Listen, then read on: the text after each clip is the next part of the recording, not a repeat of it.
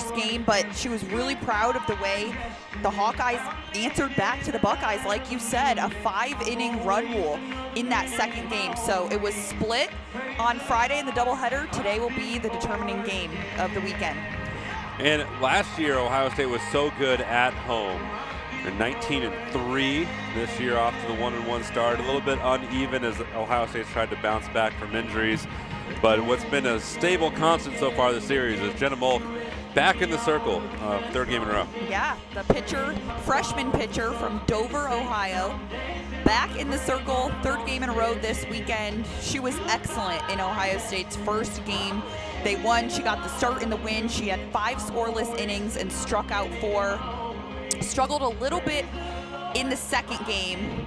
She pitched just over 2 innings, but she allowed 3 earned runs, and then she was relieved by Lauren Boutte. Hannah Lang is catching for Jenna Molk, and then the infield for Ohio State, Kiki Estrada, Sammy Buick, Sarah Tarr, Abby Wilhelm from first to third, and then the outfield from left to right, Taylor Cruz, Skylar Lamone, and Hadley Parisian. That is the lineup Ohio State wants to have. This is the first week, and they've really got to use it, as Tori Bennett will lead off, the right fielder for Iowa. We begin with the ball outside. Devin Simon is second. Kira Sipe is third. Then Mackenzie Lightgen, Leah McAnally, Brianna Johnson, Kaya Chavez, Mariah Myers, and Avery Jackson, who was outstanding in game 2, and that one just got away from her. Tori Bennett did a great job in the Buckeyes, or in Iowa's first game against the Buckeyes. She had a sac fly that put Iowa on the board for the first time in that first game. Yeah, that game 1 was interesting for Iowa because they were threatening for a while. It took a while to get going. Molk was so dominant early. And there's their first strike. But then Iowa, they started to chip away, started getting runners on. They couldn't score any until the very end, but it was Bennett who's got it rolling there at the very end. And Iowa, they had a chance. In the 5th or in the 7th. Like we said, it's all about how they responded back in that second game. They needed just a little more time to get in a groove, but. And did they ever? when they got in one, they stuck it. And a leadoff walk for the Iowa Hawkeyes. Bennett on first. And now batting number 20, Devin She was Simon. 1 for 7 yesterday, and now here is Devin Simon. The center fielder, all right-handed batters in the lineup for Iowa, which is unique. Devin Simon, she's a junior from Cascade, Iowa. And she hits it right up the middle. Tarr on to second and over to Estrada at first to double play.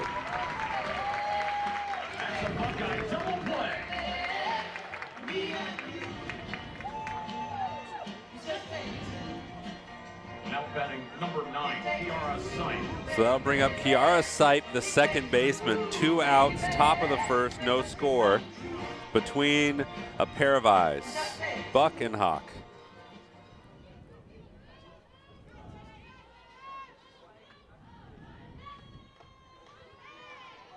Floats in for a ball. 1-0 the count to Kiara Sipe, the second baseman.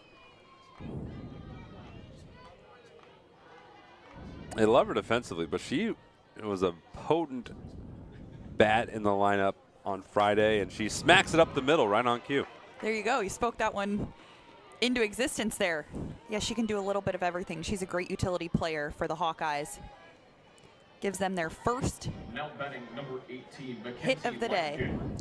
And so Mackenzie Lightgen will now stand in. She moves around the lineup. She was third in the order on Friday. She was fifth in game 2 on Friday, and now fourth today. Kind of hovering around the middle of the order. Yeah, she had a 2-run double in the Hawkeyes run rule win in game 2 on Friday. It's a very promising bat, and that double is really encapsulated it, where she's a freshman who's swinging the bat the best early in the year, and she does not get this by Tarr, though, who throws her out. So not a clean inning, but one runner stranded for Iowa, and we'll go to the bottom of the first. Fans, please be aware that foul balls may come in your direction. Buckeye fans, if you catch a foul ball, please return it to a staff member behind home plate. Thank you. Gear up for all the games this season. Check out our team shop trailer located on the concourse level behind home plate.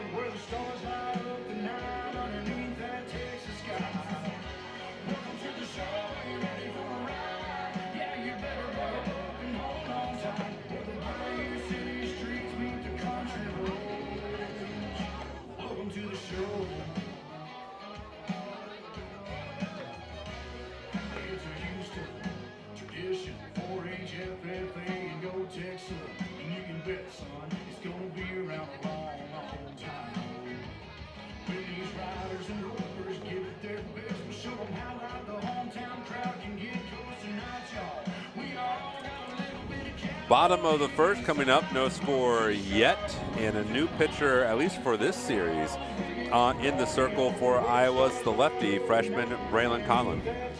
Braylon Conlin, freshman from Cedar Rapids, Iowa. She was outstanding in high school. She was 26-0 in the circle. She leads the state in strikeouts. She had 290 strikeouts across 150 innings pitched in high school. So she definitely proved herself, and now she has the chance to do that at the collegiate level with the Hawkeyes. Opponent's batting .240 against her, which is respectable. Catching is Kaya Chavez, the phenomenal freshman catcher for Iowa. I really feel like they've got two starting catchers at the Big Ten level. And a swing and a miss by Hadley Parisian. The right fielder back from injury. It was just she's a spark plug top of the lineup for Iowa, and visit one of the umpires.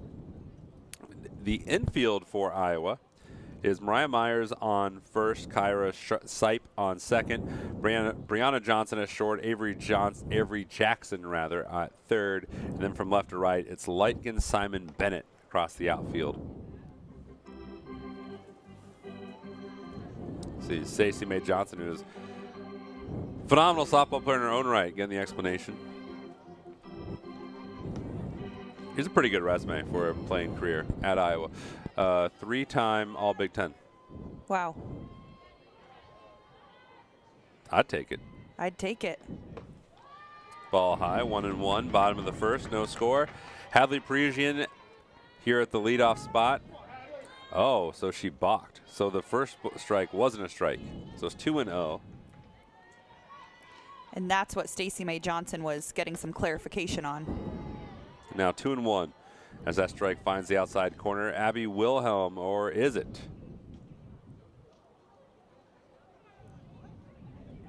See another conversation going on.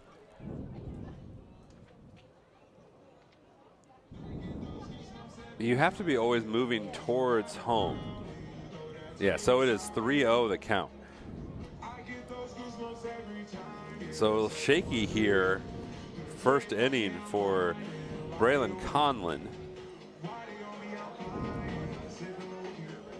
And this is especially tricky because I'm trying to tell the scoreboard what's going on, but you see this. What you really don't want a pitcher doing is thinking about the mechanics of the throw while they're throwing. It should just be absent-minded. So or it should not be absent-minded, but it should just be so ingrained. It's almost instinct. Right. And now if she has to be thinking about this, a given part of her pitching, or just her pitching form, all the mechanics of it, that could potentially throw her off in this game. Yeah, a lot of back and forth in the circle there with the umpires. It looks like they're just discussing her form, but like you said, not something you want to be in your head about as a pitcher, especially this early on in the game. Especially if you're a freshman. Yeah. And it was surprised you're not down there, Hannah. Everybody was there. Everybody was in there. Didn't feel left out. Just not being in, standing there in circles. Every umpire, almost all the coaches, Yep. half the population of Iowa. The count remained 3-0. Hadley Parisian still up to bat, the junior outfielder who transferred from Miami University to Ohio State after her freshman season. Now, she came with Kiran Kumar. It was her and Sammy Buick. Both followed her across the state from Miami. Dribbler foul, the count is full. Bottom of the first, no score. Parisian had an RBI single in Ohio State's second game loss to Iowa on Friday. She is just such an invaluable piece to this lineup back from injury. Fouled it off. We talked about it on Friday, but it's such a big storyline for Ohio State at the beginning of the year, where they're trying to build off of what was a phenomenal 2025, make the NCAA playoffs, fall in the regional to Tennessee, beat everybody but Tennessee in that regional. And then come into this year, returning quite a few players, some good additions as a walk is issued. So 1 on, no out, bottom of the first. Abby Wilhelm coming up, one of the transfers in from Missouri. But Ohio State had so many injuries. It was almost, if you had to pick the most key players that you could ill afford to lose, they lost every one of them for 2 weeks. Yeah. At least. And here's Abby Wilhelm, who struggled on Friday. She's got a good opportunity here with Parisian on first, and Parisian had a great at-bat there. She did.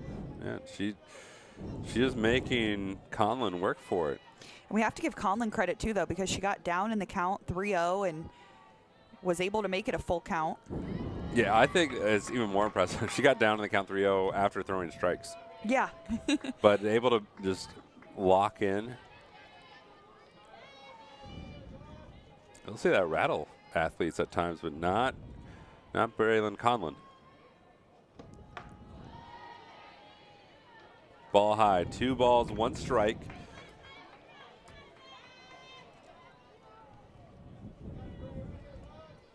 On Abby Wilhelm.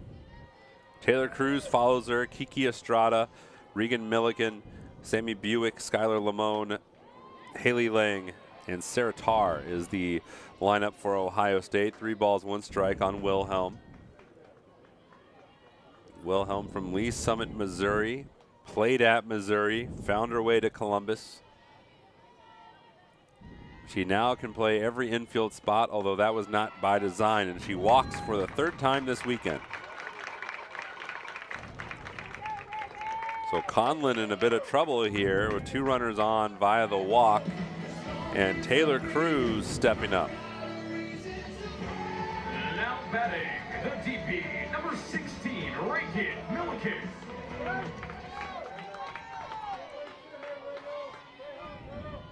Or correction, Reagan Milliken up. Reagan Milliken made her season debut at 2 for 3 in Ohio State's first game on Friday against the Hawkeyes. She was very impactful.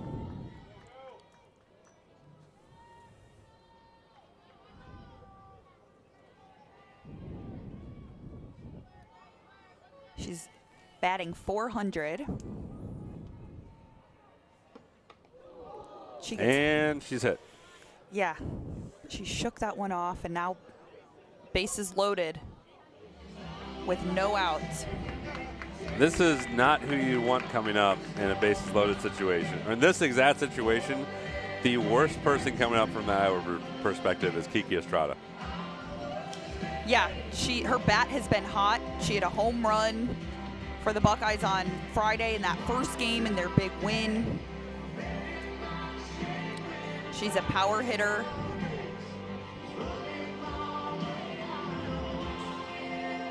She also missed time with injury. missed 8 games, came back and swung an angry stick. As Iowa trying to figure themselves out here. Bases loaded, no hits by Ohio State. But Estrada could puncture the Schumacher complex out there in left field. She might be able to get it on the bounce to the Hayes building, which is beyond right field. Yeah. Yeah, taking a minute with Braylon Conlin to just regroup for the Hawkeyes because bases loaded, no outs. Tough situation for her to be in, but like their head coach, Stacey May Johnson said she likes the way her team responds under pressure and the way they bounce back. So here's a good opportunity for them to show that again. Exactly. Here is that pressure. Kiki Estrada. And she was trying to hit it to the football field on a mighty cut and swing and a miss. Got a really nice swing. And with so many right-handed hitters, having a lefty with power and a smooth cut like Estrada is such a great weapon to have. But Estrada is behind 0-2, and so Conlin trying to respond here in a bases-loaded jam with Cruz on deck and Buick waiting.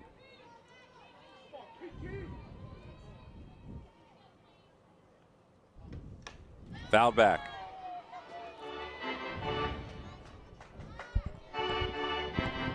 After struggling a bit the last 2 batters to find the strike zone, Conlin is breathing in strikes right now. She is a great response from Conlin, and if she can get Kiki Estrada out of here, it relieves a little bit of pressure. Just outside. And this is the out she's got to get.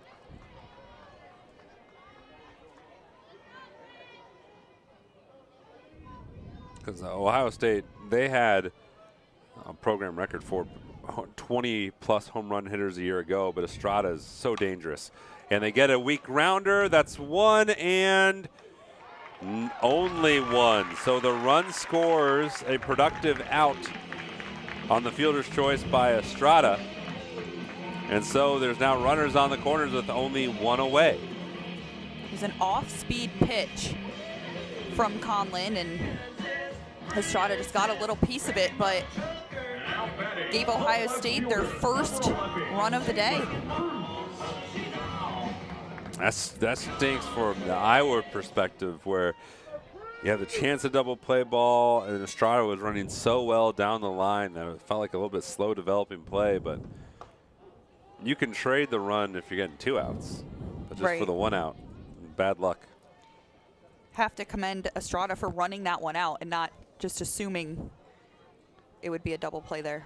Here's Taylor Cruz. The 0-1 pitch just catches the outside corner. 0-2 the count to Taylor Cruz, the junior. He's a productive hitter, one of Ohio State's better all-around hitters yesterday, but Friday. Feels like yesterday. Yeah, feels like it was just yesterday.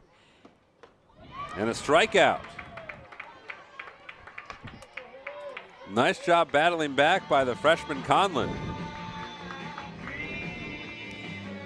2 outs now, and she struck out her first batter of the day. Number 25, Haley Lang.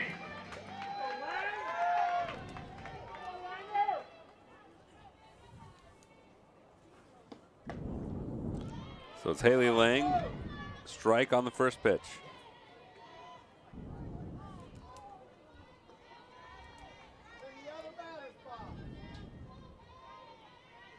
Lang, first 2 at-bats she had on Friday.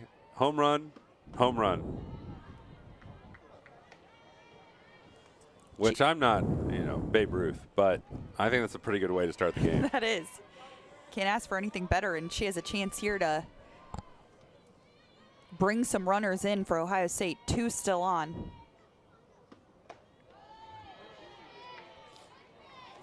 Almost wonder if Ohio State doesn't get another run, and you think the situation they had, bases loaded, no outs, power hitter up, only 1 run, almost feels like a win for Iowa if they can maintain that. 2-2 the count.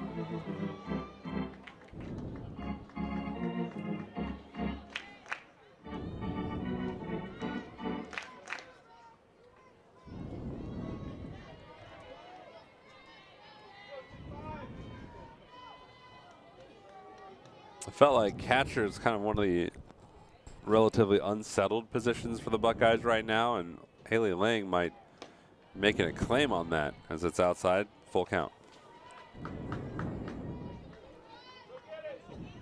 Full count, 2 outs, runners on first and third. Crucial pitch right here for Braylon Conlon. And she gets her. What a battle back effort by Iowa and Braylon Conlon. Only give up 1 run, very much alive going to the second. All right, Buckeye fans, it's time for hometown to home field. Today we have 2 contestants, Brian and Destiny, who will be trying to guess the straight line distance from one of our Buckeyes' hometowns to Buckeye Field. Let's find out who today's featured player is. Hi, my name is Sarah Tarr, and I'm an infielder from North Aurora, Illinois. All right, Brian, how far do you think North Aurora, Illinois is from Buckeye Field? And Destiny, what's your guess? 250 miles. All right, let's see who's closest. My hometown is 304 miles from Buckeye Field.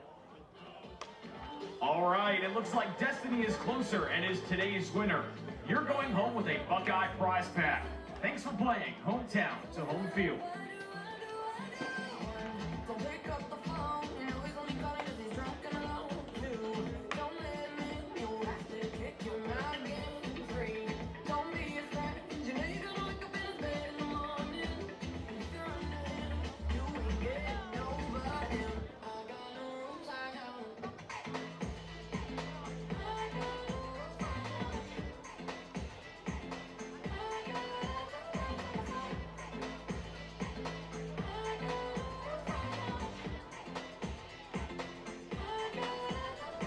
Top of the second, and Iowa, I still think it really felt like a win for Iowa from given the circumstance, only giving up 1 run. Still Ohio State, no hits.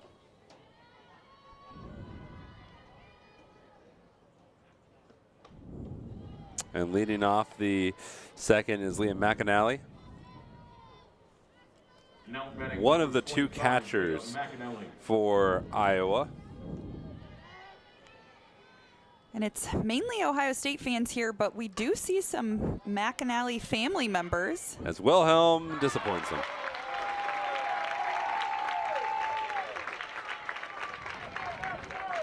It's softball. She'll battle it off. She was 0 for in game 1 and then really had a very good game 2, Liam McAnally, and she'll have another shot at it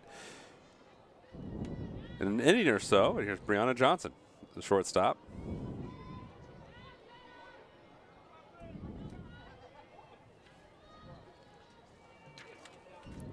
Johnson had the reverse. She had a little shakier game 1 and then big impact in game number 2. Yeah, she had a sac fly that brought in Chavez in that second game on Friday. She lifts this one into the glove of Tarr. What a play by Sarah Tarr. What a catch. It just floated to her. Kaya Chavez. It really did. She did a great job of tracking that one.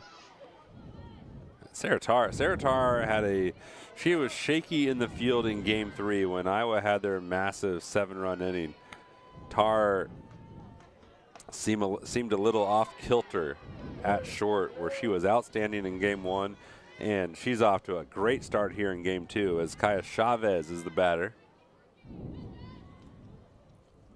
Chavez did not catch game 1 on Friday. She did catch game 2. And she smacks it right by Mulk up the middle for a single. Clean hit for Chavez. That was a great hit up the middle. Now betting Keep the number Hawkeyes 4, alive Mariah here Myers. in this second inning. Here is the more promising freshman hitters for Iowa. Lightgen might be hitting the best, but they think Mariah Myers could be the real deal. Just somebody could construct an entire lineup around. She takes a strike.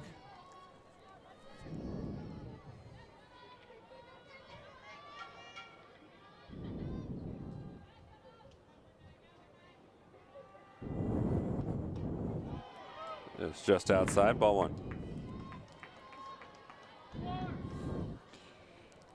In high school, Myers was the 2024-2025 Iowa State Gatorade Player of the Year, 4-time first-team all-conference honoree.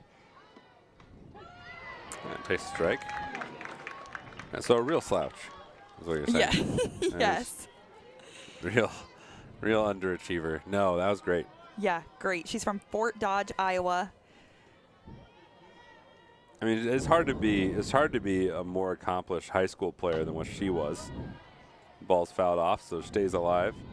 And that's what Iowa sees in her. They see Mariah Myers, they don't think is going to be a good player. They think she could be a great player. And she did in high school. And she's developing that way. Great plate discipline. I feel like you just saw right there, she's got a really good hitter's eye, especially on the outside of the plate. She knows the zone. She knows her zone extremely well.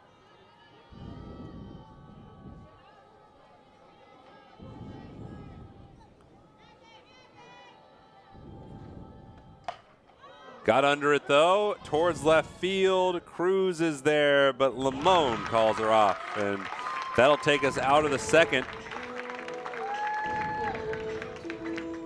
Iowa yet to dent the scoreboard, but they did strand a runner, and we'll go to the bottom of the second.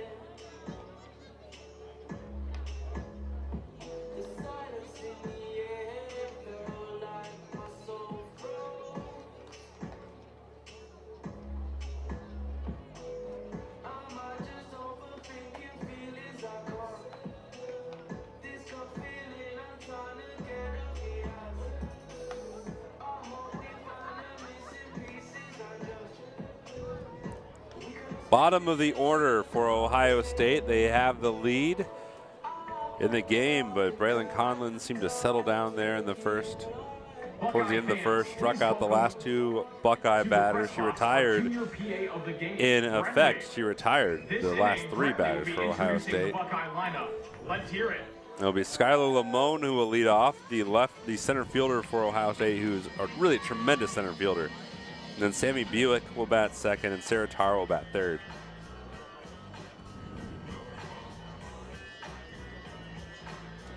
Now batting number 5, Skylar Lamone. So it'll be Lamone leading off. This is always fun. They do. They bring up they say a guest PA announcer, but it's a kid, it's a child. Yes. And the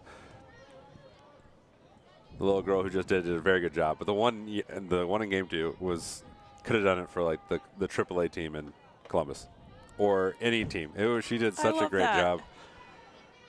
And I was visiting with the student who organizes that as part of her just game day role. And I asked her, and she said she goes around just kind of, I think she's going to do a good job. Like just picks randomly. It wasn't pre-planned, but she sounded like she could have actually been the PA announcer for Ohio State. She's a star in the making. And I love that. That could have been her big break right there. I'm surprised if I was the PA announcer and I heard her, I'd be like, oh boy. Gonna have to up my game some. Yeah, there's some competition. Count is 2-1 for Skylar Lamone. And she splays one foul, 2-2.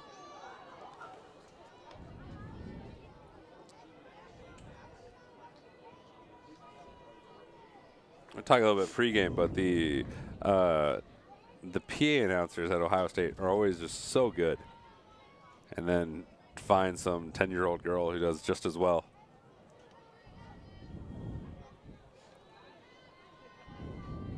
Here's the 2-2 for Lamone. Slapped foul. Lamone put on a clinic in game 1 in center. She caught everything. If there wasn't an outfield fence, she probably would have caught home runs too. She's so quick. She has such good speed. Makes her an excellent defender. And the trick for her is, can she just do enough offensively? Can she find a way on? And she does. Not. It's full count. Thought it was ball, that was ball 4. So still in there. Still in there. 3-2.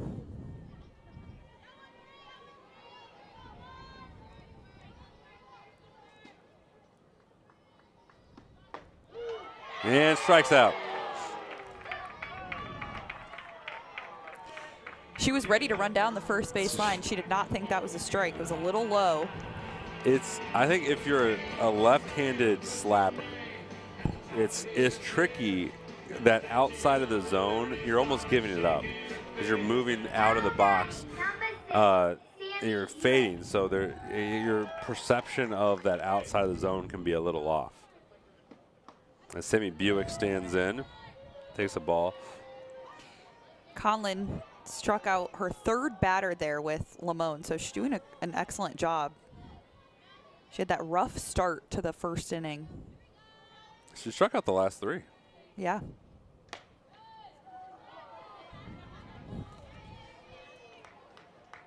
One and one. I think that's so smart from what Iowa did with Chavez and Conlon to attack the outside of the plate for a slap hitter. Because you're really limiting the damage that a slapper can do, because it's just going to be off the end of the bat most cases.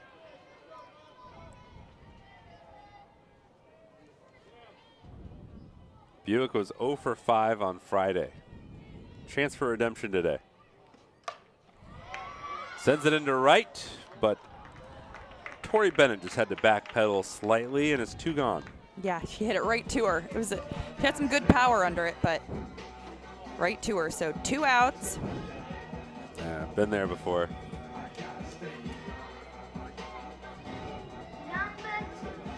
Sarah Tarr, the 9-hole hitter for Ohio State. We've already seen her impact with the glove in this game. That's really the strongest. That's why she's in college. She is such a good defender. She's another one kind of like Lamone, where she can just be dangerous enough at the plate. Doesn't need to hit the ball like Kiki Estrada. Just able to get herself on. She's behind 0-2.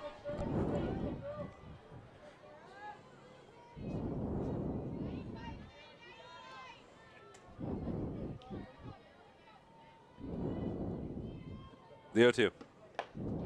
Just missed outside.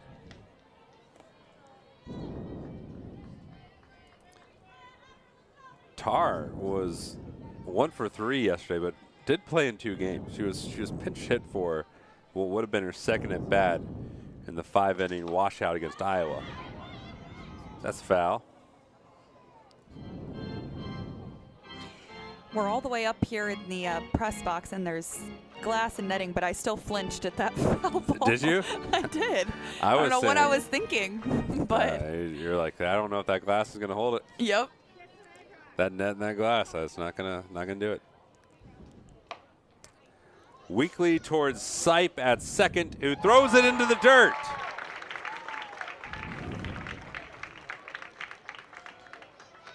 An error in the defense puts Sarah Tarr on first, keeps Ohio State alive in this. bottom of the second. So Yeah, two great. outs, Tar on first, and they're right back up to the top of the lineup with Hadley Parisian. Yeah, great chance here for Parisian. That was an odd throw. It was almost like Sipe had too long to think about it. Parisian was walked in her last at bat. And she's gonna fly out in her second. Lifted out towards left, still hitless. And we go to the third. Ohio State leading by 1.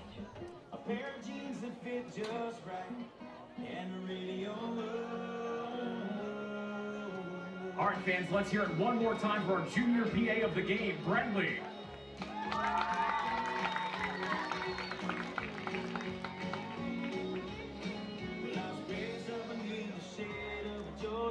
Fans, don't forget the concession stand at Buckeye Field is located on the main concourse. Swing by and grab your favorite ballpark snacks. Students, fans, and alumni, last fall you teamed up with Abbott and the Big Ten in the We Give Blood competition that helped save over 200,000 lives. But we can't stop now. Keep giving blood. Keep saving lives. Scan the QR code on the board to register today.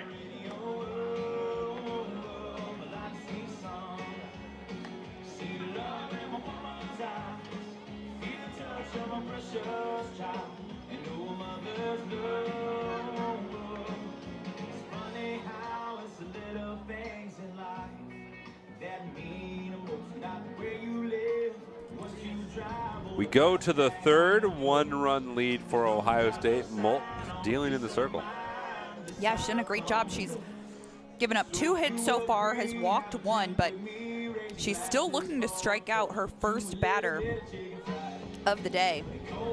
I almost said afternoon, but it is still morning since they bumped this game up to an 11 o'clock start. Yeah, this was not the original start time.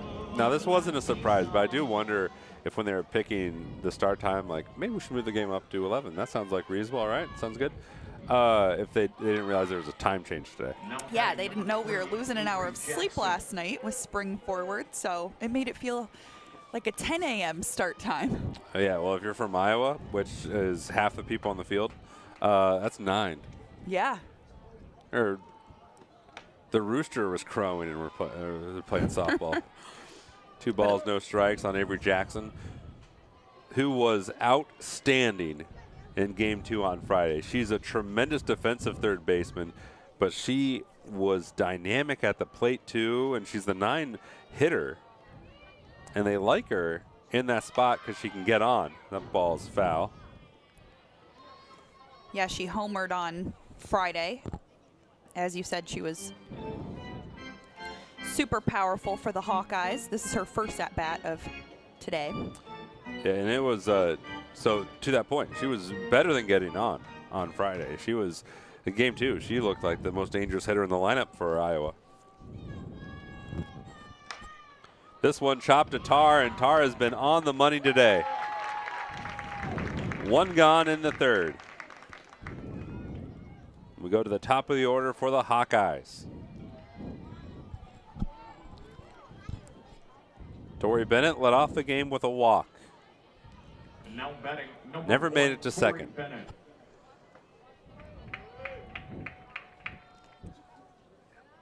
And Molk has not walked another batter since.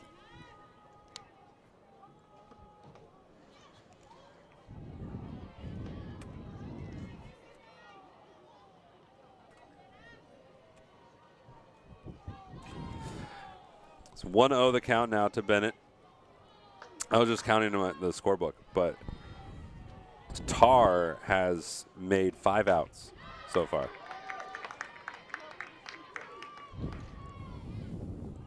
Which, when there's been 7 outs, is a lot. That is. She's been, like you said, she's been super clean.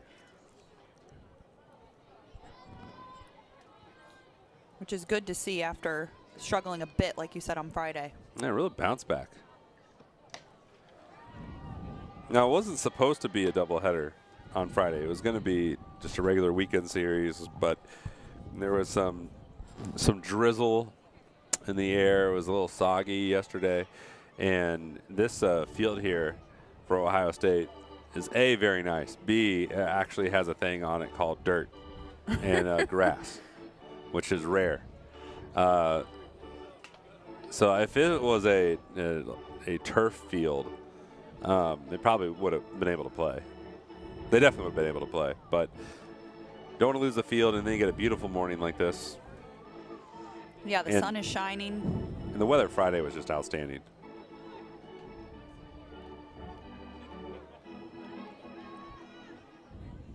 Ohio State entered today 7-12 on the season. Iowa 14-7. Half-hearted effort and the foul tip strike. All right, now we got a pitcher's duel here in game 3.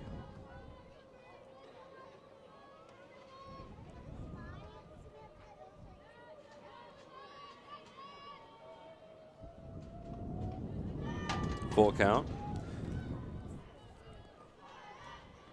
I mentioned earlier in the game, I also mentioned this Friday, but Ohio State's dealt with a ton of injuries, and Jenna helped weather the storm, not just because she's been pitching well, but because she was an early enrollee from high school to Ohio State at semester. So she didn't practice with Ohio State in the fall because she was in high school. There's a foul ball. Then she graduated early, enrolled at Ohio State, right into the softball team, pitching in February. So although she is a freshman, it almost seems like she has that little bit of extra experience helping her. And yeah, she'd be pitching her senior year of high school right now. But instead, she's on Big Ten Plus, taking on the Iowa Hawkeyes. And walking Tori Bennett for the second time today. Now batting number 20, Devin Simon. But she's also the hardest throwing of the Buckeyes. She's got a nasty fastball. In the first, she forced Devin Simon into a double play, into starting a double play. A ground out to Tar, and she begins this at bat with a strike.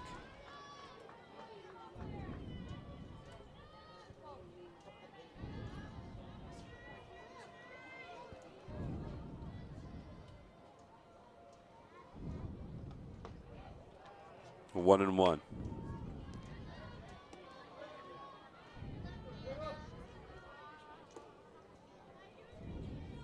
Stacey May Johnson described Devin Simon as just a good all-around softball player.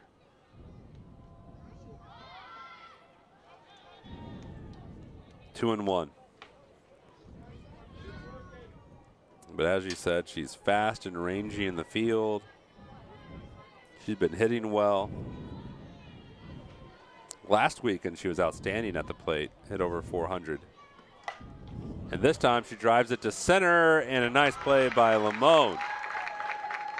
That'll chase Bennett back to first, and that'll bring up Now batting number Kiara 9, Sipe. Kiara Sipe.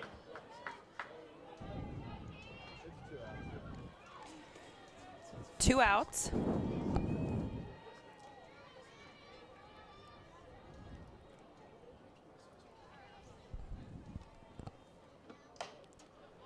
Floated fair on the right field side, and going from first to third is Iowa, and they're going to score a run.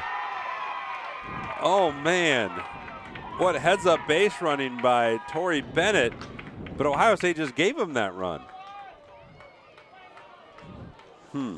It was great base running, but yeah, it got that throw into second. Gave her the perfect opportunity to bring it in. So they've tied it up 1-1, top of the third. Poor space, just field awareness there by Ohio State.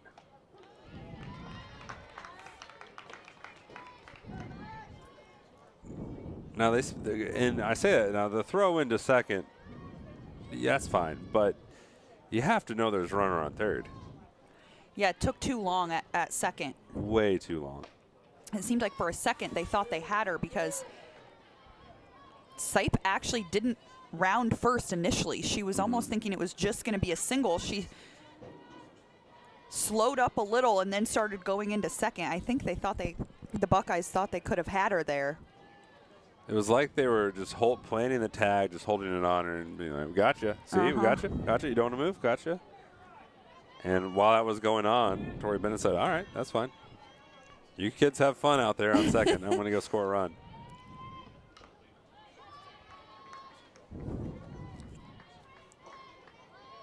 But the outfield for Ohio State is normally so reliable, but the throw from Parisian and then whatever happened, just the hang up at second and short.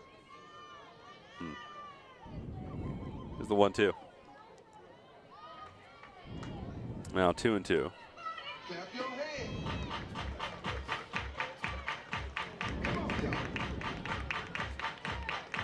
So if you're thinking, just Monday morning quarterback that, what should they have done is just catch the ball and get an eye on the third baseman.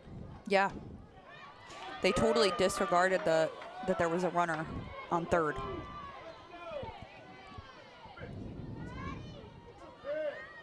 A 1-1 the score.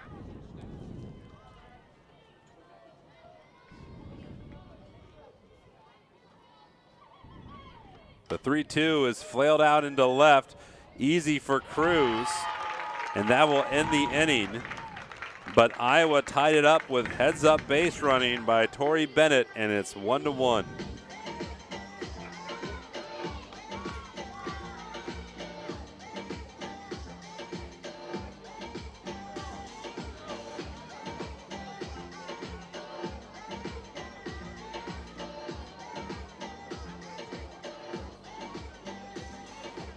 All right, fans, we have Ashton, who is going to lead us in our OH chant. Ashton, are you ready? Fans, let's help Ashton out.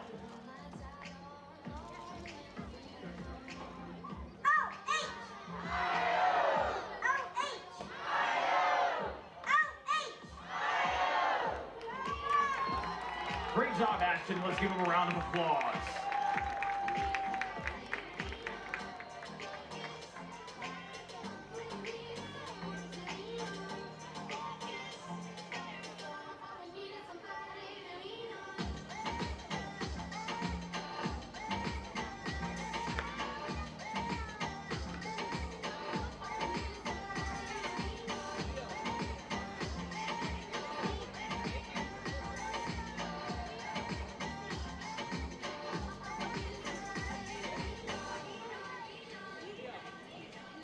Chance for the Buckeyes to respond here in the bottom of the third. And we talked about in Friday's games, Iowa does such a good job of manufacturing runs, and we just saw that in the third. That was a run they should not have gotten. And they got it because of their cunning and awareness is what got them that run. And then for Ohio State, they're more reliant on power. And so how they can get themselves back into a game instantly. They could regain the lead on any swing, as Wilhelm will lead off the third. Wilhelm was walked in her last plate appearance back in the first inning. The 0-1. Outside. Right now, how Ohio State has started this game, at least in their lineup, with Wilhelm, Milliken, and Estrada, that is about as dangerous a 3 hitters in a row as anywhere in the Big Ten. Just power, power, power.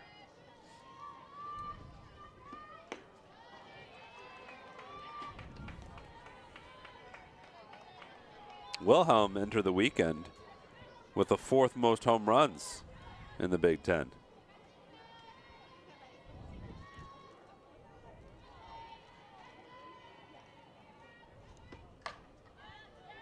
Wasted another one. She's late on both of her swings. 2 balls, 2 strikes. The Buckeyes still looking for their first hit of the day. Well, if Wilhelm can time one up, she could hit one, not only get on the scoreboard, but she put it through the window out there and left. Full count.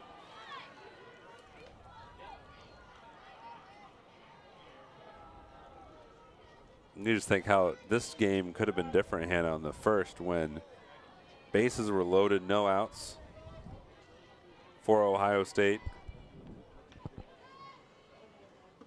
But Conlon, she got herself out of that really nicely as she walks Wilhelm for the second time.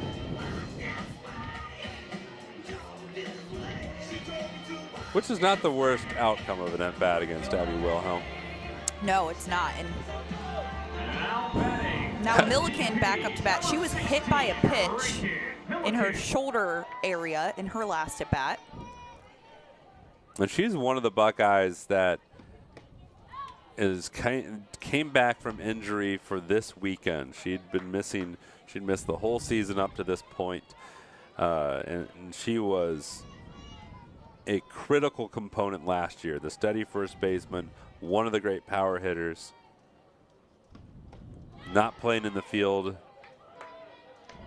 this weekend. 1-1 the count.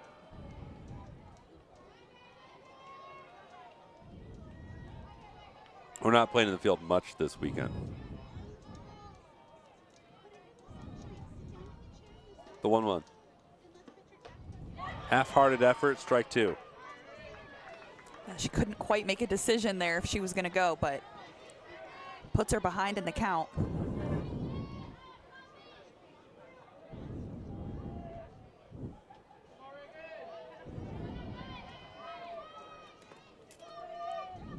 The 1-2. Struck her out. Strikeout number 4 for Braylon Conlon. And that brings up Kiki Estrada. So Iowa not out of the woods yet, but they're close. Can she get through Estrada without any damage?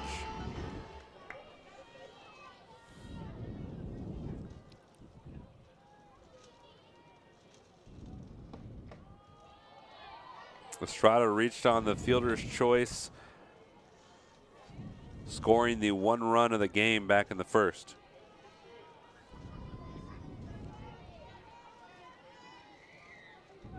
Here's the 1-0. Inside, ball 2. You know, Hannah, Braylon Conlon is a cool story. She grew up 20 minutes from Iowa's campus. Huge Hawkeyes fan. Her whole family, huge Hawkeyes fan. They're season ticket holders to Iowa football games. But she wasn't really looked at by Iowa as a pitcher initially. She didn't get an offer, was going to go to Western Kentucky to pitch. And then when Stacey May Johnson came in, Conlon became available, and she gave her a first real peek. And so you can imagine what it means to be wearing those Iowa colors today for her. Oh yeah, growing up a fan, you can't beat that feeling. But also to think you're going through a whole high school career in the shadows of Iowa City and not getting the attention, that Stacey May Johnson comes in and changes the whole outcome. And so she goes from not having maybe not having a realistic chance of being pitching for Iowa to, in fact, pitching for Iowa. Driven towards left by Estrada. We said she was dangerous, and she goes yard. A 2-run homer by the Buckeyes. Second of the weekend for Kiki Estrada. Kiki Estrada. Look at how excited she is crossing home plate, hugging her teammates.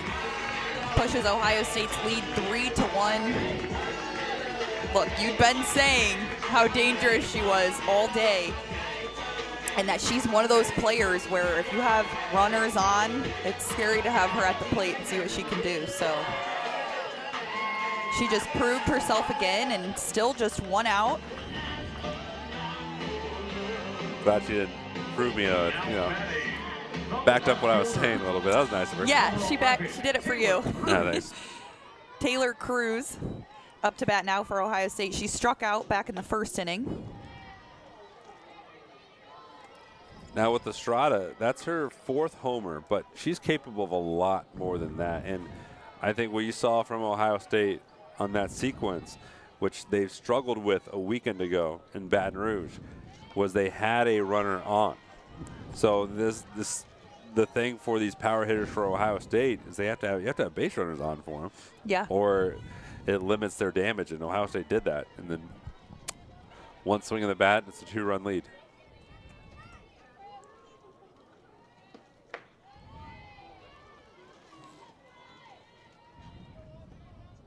I like this pitching sequence from Conlon here.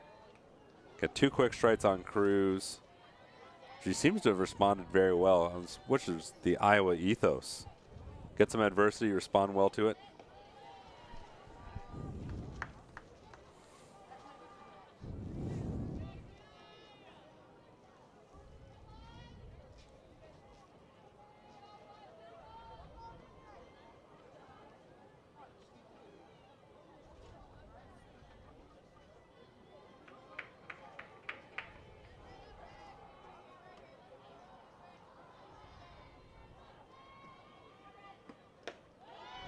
Full count. Trying to get Cruz to chase, and she doesn't.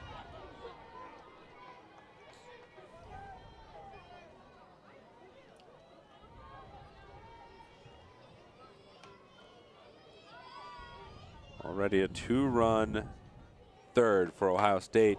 Maybe more, but foul. Wow, Cruz got a great piece of that one. If she could just straighten it out just a little bit. Yeah, she didn't miss by much.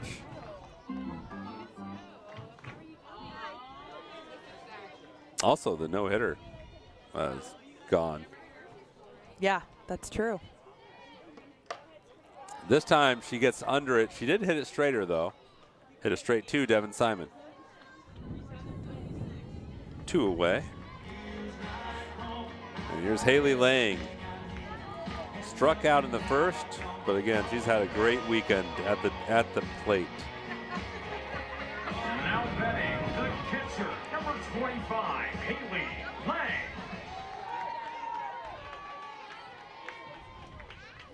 One of the native Buckeyes playing for Ohio State, and she drives one to right field, towering and gone.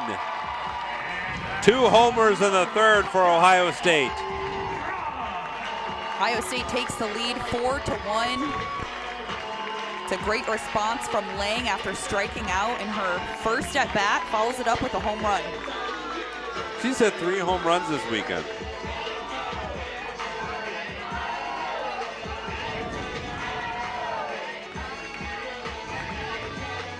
Again, I'm not Aaron Judge, but that's a good weekend. That's a great weekend. Now batting the center fielder, number 5. There's Skylar Lamone. She just gave the Buckeyes a little bit more of a cushion too. Like we said, they were searching for their first hit for a little bit there, and now they're rolling.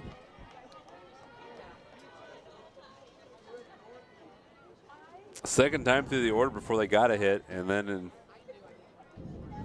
when they hit it, it's thunderous. 1-1 to Lamone.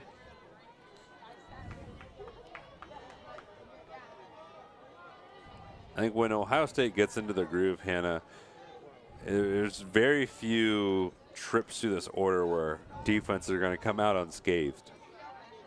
It's just when Ohio State, they've got so much power.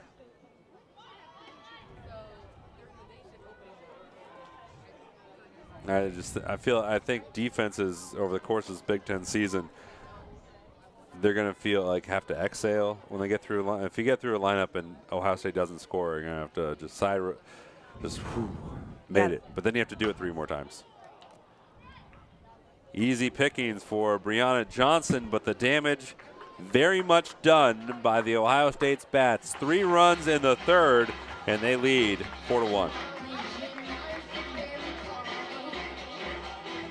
Follow the Buckeyes on their official Facebook, X, and Instagram accounts for the latest news, scores, and promotions. Search Ohio State Softball on Facebook and Ohio State SB on X or Instagram to stay connected and follow your Buckeyes today. At this time, we would like to give a special Ohio State welcome to our groups in attendance today. Dirtbags 12U. KLA 11U. Thank you for your support of Ohio State softball. Go Bucks!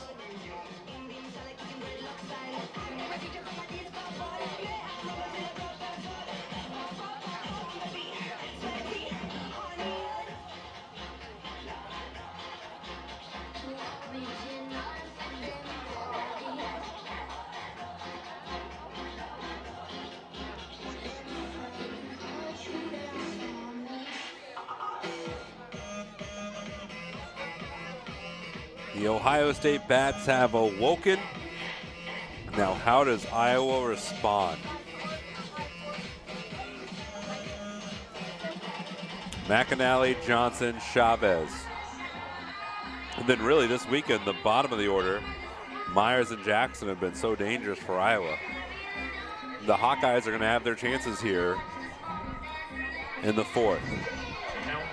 McAnally, as we were saying in her last at bat, and she grounded out, we said right in our line of view, we can see some Iowa McAnally sweatshirts. Looks like her family in the stands. Oh, she almost hit it to him. She really did. If that net wasn't there, she would have gave him just a souvenir. And it sticks out to us, the yellow, because it's a sea of Buckeye fans and then what looks to be her family. And they're filming her at bat, so I think that it definitely is her family. Skipped away, 1-1. Leah McAnally from Edmond to Oklahoma, so that's a bit of a hike. Transferred to Iowa from Boise State, which is a bigger hike, but she followed her hitting coach, Fran Strube, who has really revolutionized the Iowa hitting approach this year. They've been much better, and this one will look good on the camera. A home run.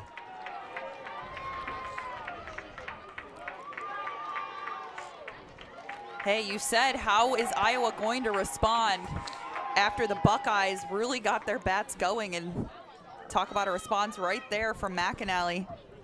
A very definitive response from McAnally.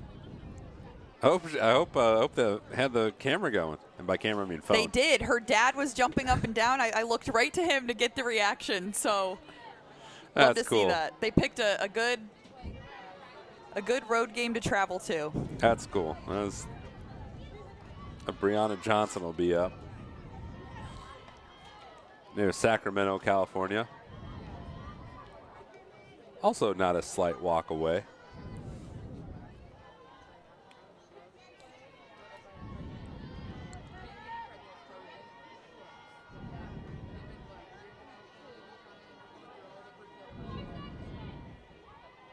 The 1-0. Catches the outside corner for a strike. Jenna Molk having to respond.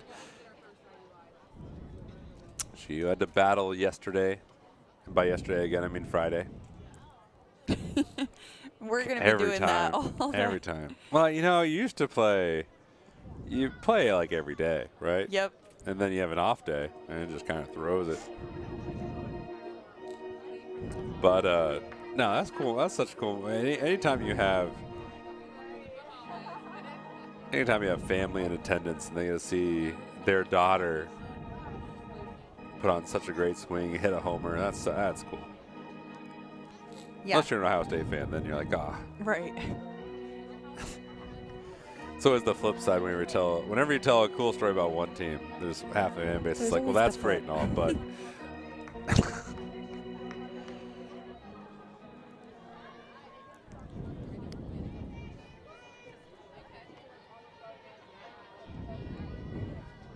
the 1-1. Swung on and missed. A healthy cut by Johnson. 1 ball, 2 strikes.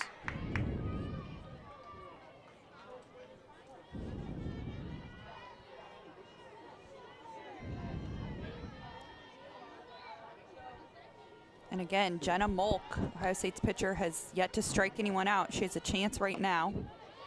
Almost got it, but just a little piece by Johnson. I think Molk's pitched well. She's got a lot of quick outs, yeah. So she hasn't had to throw a lot of pitches yet. Oh, the crowd, except for the ones in black and yellow. The crowd is begging for a strikeout here. And they're not going to get it, but they will get a ground ball to Wilhelm, who will fire over to first. One away in the fourth.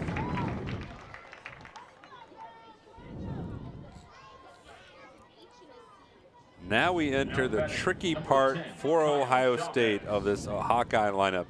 The Buckeyes have not really figured out these bottom three hitters for Iowa. Chavez, Myers, and Jackson. It's not like they're not hitting 1,000, but they're putting up really competitive at bats. And Ohio State's rarely got through it unscathed. Yeah, Chavez had a single up the middle back in the second inning.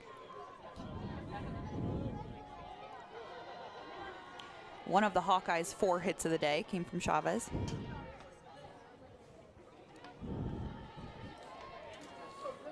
That swing was on that hit was so good too. It was just pitch over the middle, smacked it right up the middle, and nothing that Limon could do in center. Just perfectly placed. This one foul to the right side. So Chavez behind 1 and 2. Myers on deck, Jackson in the hole.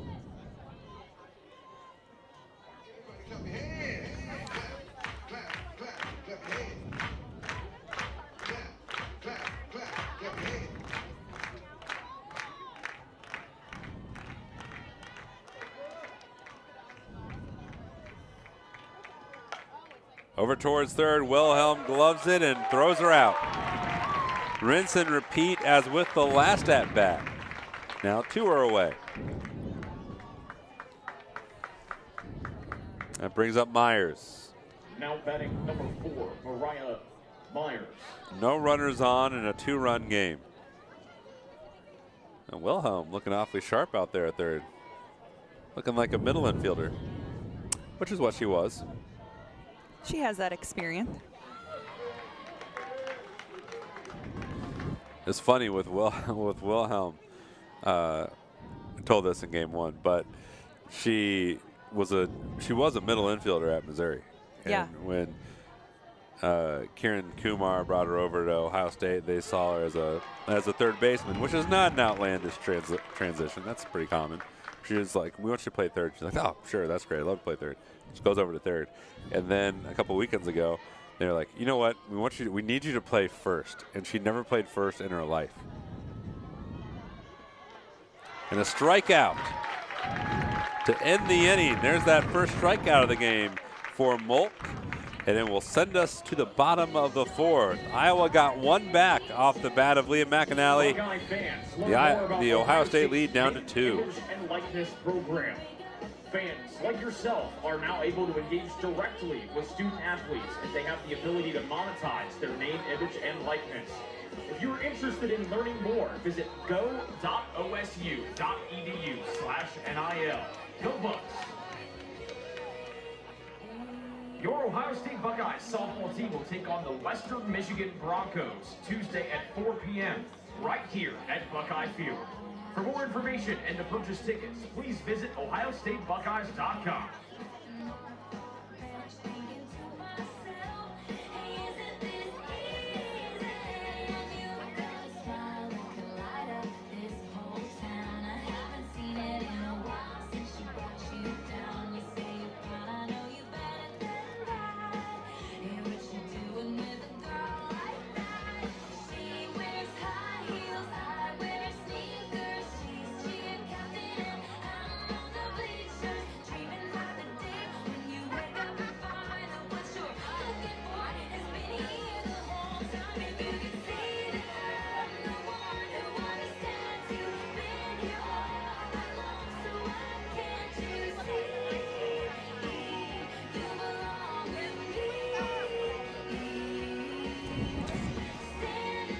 Bottom of the fourth, Ohio State's lead took a little haircut, and it's now 4-2. And a new pitcher in the circle for Iowa's Carly Brewer.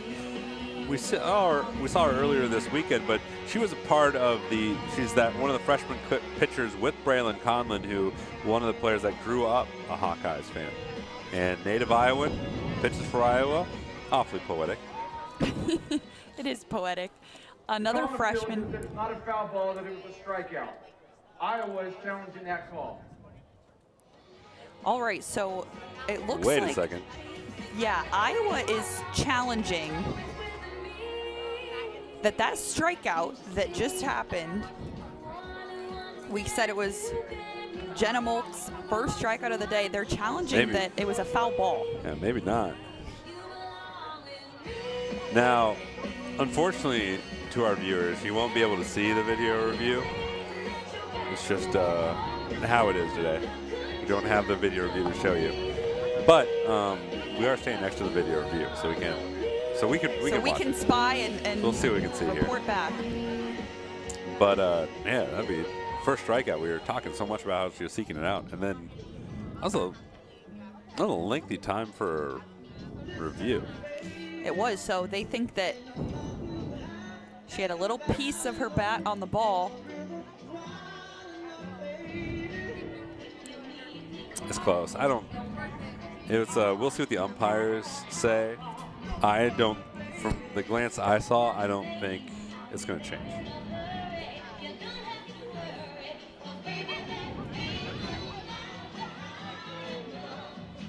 We're getting another look at it up here. Yeah, so it's how this press box is set up. We'll pull back the curtain here, Wizard of Oz style. So we're in this thing called a press box, which is great. But it's right above home plate, which is a beautiful view, one can say. It is gorgeous.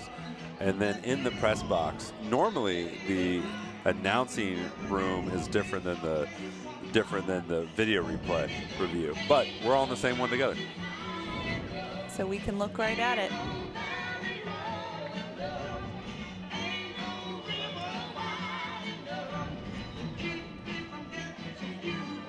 It's crazy because they're winding it down almost image by image, trying to see if the ball changes trajectory at all after she swings. So it's very close. Now, what I'm sure precipitated, if we use a purple word, this video review is I bet Mariah Myers said, "Oh, I got a piece of it." Yep, she felt like she got a piece of it. So, but they have to be certain of that in right. order to overturn the call. But they're taking their time with this review.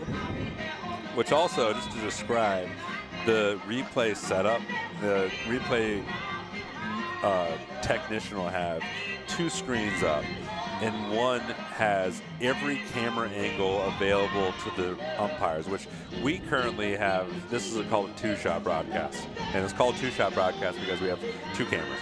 It's not earth-shattering naming stuff here, but there are more static cameras around the diamond that will show angles of all the bases and all the possible spots where you think a play could happen.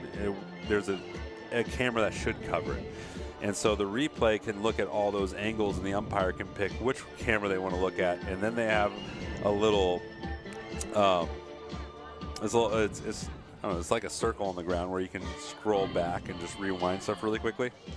And after all that, we got to hear the ruling. After review, the call on the field has been changed. It is a foul ball. Oh, so it is a foul ball. Iowa retains their challenge. They have two challenges remaining. So Iowa gets to retain their challenge. They still have two challenges remaining. On the bat will be no balls, two strikes. Ohio State will go back to take the field for defense. Well. And the count will remain 0-2. This is why you should not score your games in pen, which is what I do. You need a erasable pen. You know what? We're in battle here. So we're gonna scroll back in time to the top of the fourth, and Mariah Myers at bat will continue. So Jenna Molk, the freshman, who's as fresh of a freshman as can be. Just remember, she would have been in high school right now if she hadn't early enrolled, which is very common in football, less common in softball. So she's back in the circle. Yeah, graduated high school in December. and graduated early. But again, now she's back looking for her first strikeout of the day. You know, great job by Myers to speak up and say, I think I got a piece of that. I think I tipped it, because she was 100% correct based on the review, and now she's staying alive out there. Yeah, just stayed alive by the slimmest of margins. I mean, it was, because you can zoom in on that video, it says fraction, and then try the outside corner. And so it is now ball one. And, you know, that's what those reviews are for, really. And great job to use their challenge, and they get to retain it since the call was overturned. I would have never thought about challenging that. Kudos for Iowa, because they did it and got it. So the count is 2-2. 2-2, 2 outs, top of the fourth, as we have Marty McFly back in time. Offered, did not go, so the count is full. Molt came out and has thrown 3 straight balls, but it had to be a little bit jolting for her to go into the dugout and get out of the pitching mode and then have to come right back out. They walked her. What a clutch challenge by Iowa. A strikeout has become a walk. Now batting number 28, Avery Wow. Jackson. Avery Don't Jackson. see that often. Nope. That was also the first video review that I've gotten wrong this spring season. You didn't fully get it wrong. You said it was, you know, hard I to did. tell. Yeah, I guess I can. I had a foul tip. Maybe it wasn't like a pure out, but it was a foul tip on a strikeout is what I had. Okay.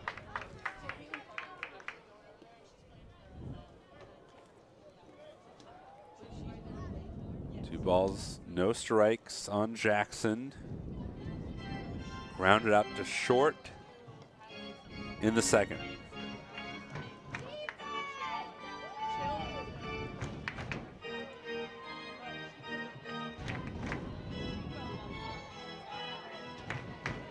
And think, like, this situation, because of that video review, the tying run is Jackson. And right now, Mulk having a hard time finding the strike zone.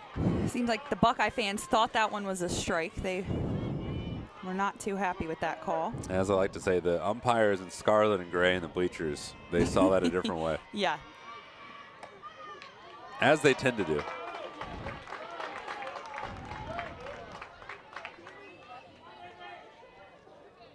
Yeah, tough for Mulk. You think you're out of the inning, and then you have to come back out here, and she's had to throw 7 more pitches already than she was anticipating, now 8. Battling back. But it's just jog off, feeling great. Finally struck her out. What a wonderful ending to the inning. Or gave up a home run, battled back, and they want to what? Challenge it. There's the strikeout. There we go. So she still gets her first strikeout of the day, but excellent job by the Hawkeyes on challenging that call, extending the inning just a little bit. Yeah, the top of the order is going to come up in the 5th. So Iowa had the successful challenge, and now we will go to the bottom of the 4th. Score unchanged.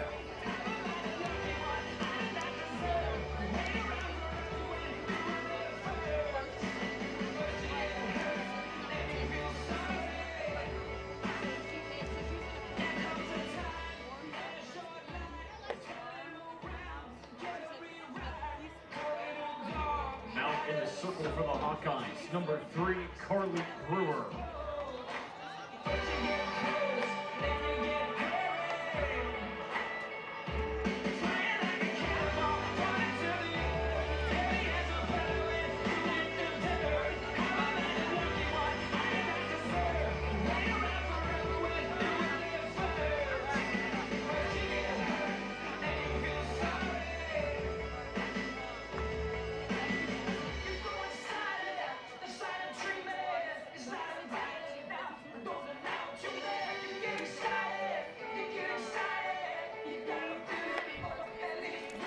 Okay, so we are back again to the bottom of the 4th inning. We thought we were here just a little bit ago before that challenge call. Now we think we're actually here. Now we think we're here. We should be here. We were... I don't know if there's going to be another belated challenge. Yeah, we were starting to announce Carly Brewer, who is in the circle now for the Hawkeyes. Oh yeah, we were. We were just introducing the freshman pitcher from Norwalk, Iowa. Yeah, there she is. That was a long time ago. It really was.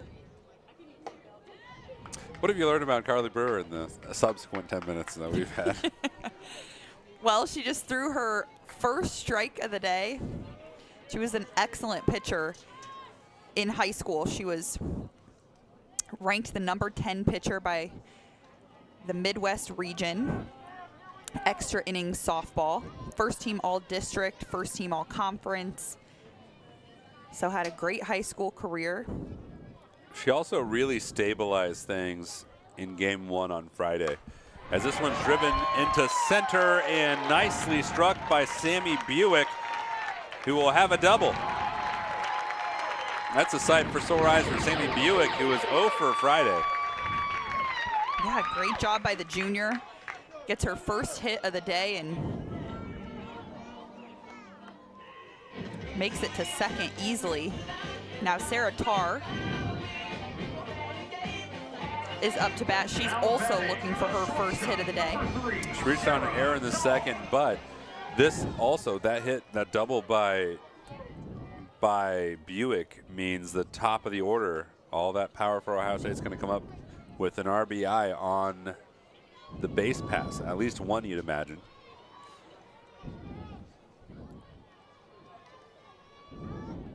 Can Tarr make it 2?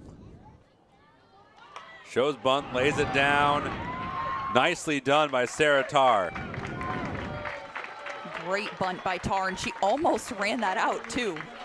A lot of great speed, but she advances Buick to third, so she's right there in scoring position as the top of the lineup comes up with Hadley, Parisian.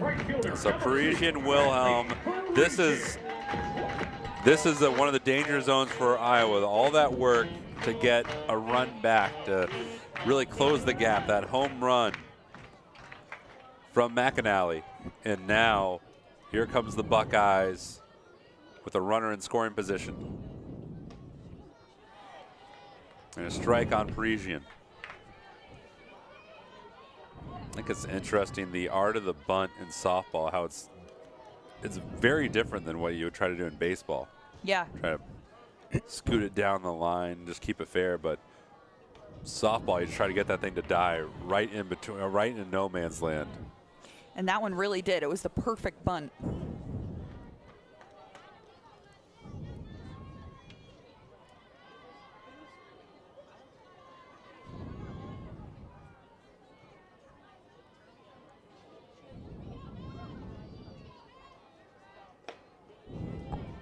It's outside 2-1. I guess I can explain that better. In softball, in baseball, you try to get the bat top of the zone and you want to catch the ball on the bat, and then you're guiding it up one of the baselines. And in softball, the first baseman, third baseman are coming in so hard as this ball is sent out towards left and gone! A surprise home run by Hadley Parisian. For a minute there, it was so close to going foul, but stayed fair. 2-run home run for Parisian, her first hit of the day. She's batting .455 now. She has the highest batting average on the team. Ohio State extends their lead even farther, 6-2. And that right there is what we talked about before that at bat. Getting a runner on is so critical for Ohio State, because that 1-run shot becomes a 2-run bomb. Then Wilhelm comes up. Base is clear, 1 out, but a 4-run lead. Wilhelm has been walked twice today. She has great discipline at the plate when it comes to choosing her pitch. Popped it up. And that's Sipes. So 2 away. before Parisian, you mentioned her average right now, and small sample size, but is really good nevertheless. When she's been healthy, she's been hitting well. Last year, 21 homers. Yeah, she has so much power. Now we got Reagan Milliken up to bat. She was hit by a pitch in the first, struck out in the third. But of course, this is her first time up against Carly Brewer pitching. Took a ball inside. Milliken, another one of this. Just we mentioned earlier in the game, as that's a strike high inside. I guess I misspoke. I said here's the great power hitters for Ohio State: Wilhelm, Milliken, Estrada. Well, we need to add Parisian to that list.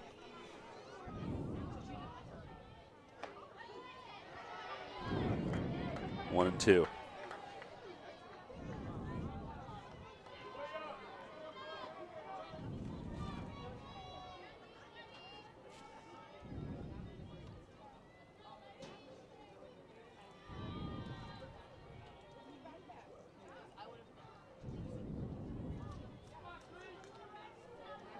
Milliken 20 homers a year ago, and all she did on top of that was set the program record for RBIs in a season of 74.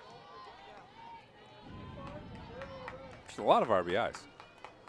It's a lot of RBIs. Count is 2-2.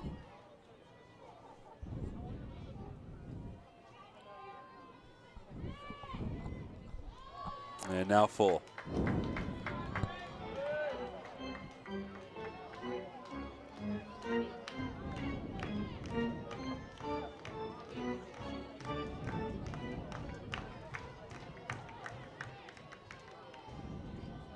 Here is that 3-2. Walked her. So Milliken's now reached twice. This one less painful than the first. But now we have Kiki Estrada up, who homered, had a 2-run home run in her last at bat, and she has a chance to do it again now with a runner on. She's reached twice. The first was via fielder's choice. 3 RBIs today. The wind is blowing across the field from right to left. It kind of swirls here at Buckeye Field.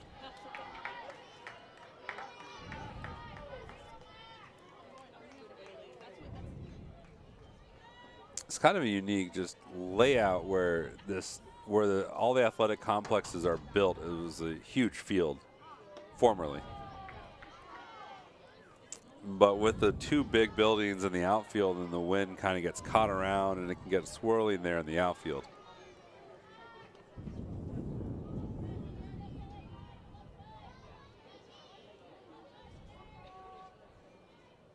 The 1-1 inside.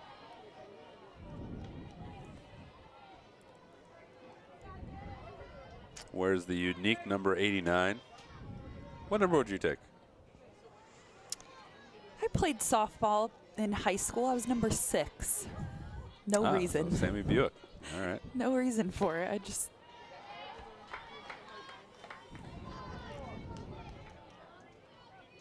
Just the one you got. I'll just take it. And I just owned it. That's the key thing, you know. You get whether you have a unique story for it or not. Now, there's no way she just went in and grabbed 89, but That has to have some sort of meaning. why don't you go down there and you want to go down there and ask her I'll right ask her. I'll interrupt her at bat. Excuse me, I need time on the field. Oh, and then a little pitch clock violation. Yeah, so the count is now 3-2, full count there.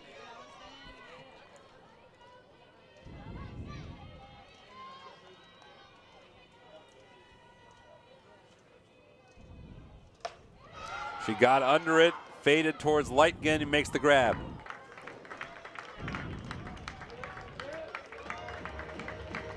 Two more runs on the board from Ohio State. Their lead is only growing. It's now 4.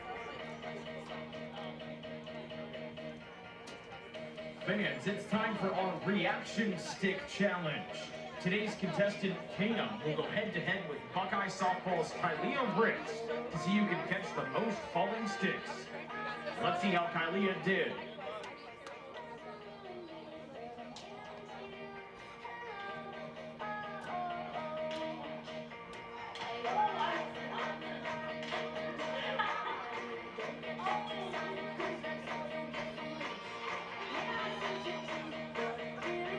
All right, Cam, you have to catch more than 2. Ready, set, go.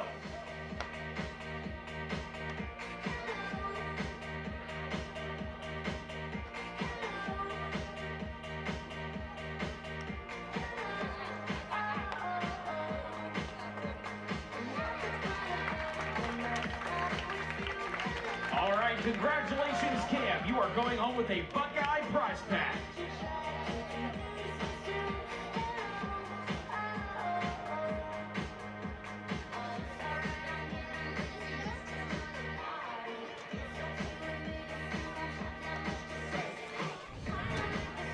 Top of the 5th, we think.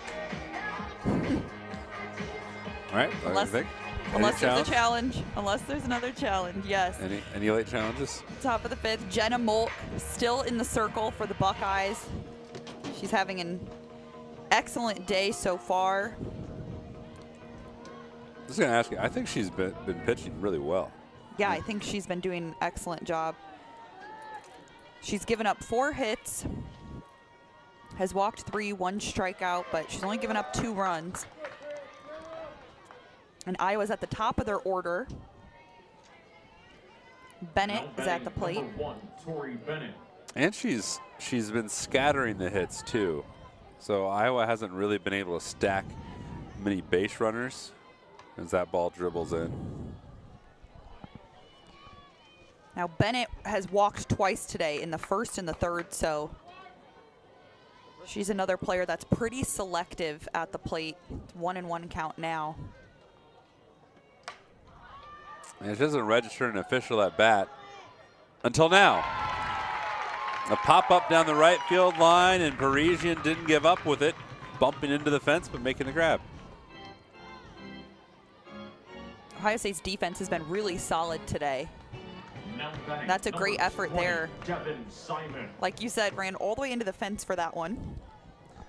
So Devin Simon now up 0 for 2. But I think they have, Ohio State's defense has been really good today, and they have the potential to be really great. And swing and a miss by Simon, but all 3 outfielders were all region a year ago. Most of them made the second team all conference. Little dinker foul.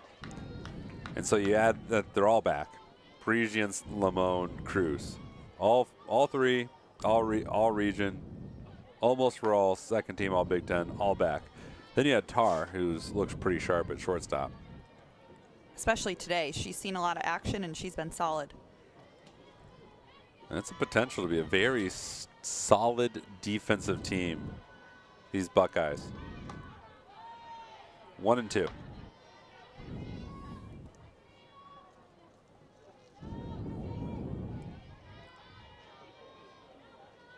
I think the question for Ohio State offensively will be, can they just get enough base runners on to take advantage of their powers? That's hit right up the middle and scoots it by Tar as well. Molk dodged it a little with her foot in the circle, but it came up the middle so fast she didn't have time to get her glove down. So Simon gets her first hit. 9, Kiara Sipe. As Kiara Sipe heads to the plate, and she's had a great day. No, she's been outstanding. She's singled in the 1st, doubled in the 3rd with an RBI. She was out ahead of that ball, but if I was doing the trend, first single, double, well, what's she's next? She's gonna smoke this one. She's trying to hit for the cycle today.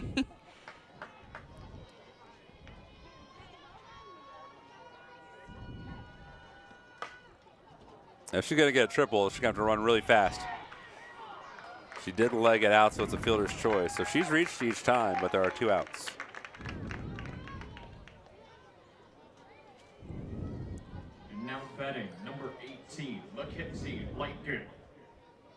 Mackenzie Lightgen, the freshman left fielder, 0 for 2 today.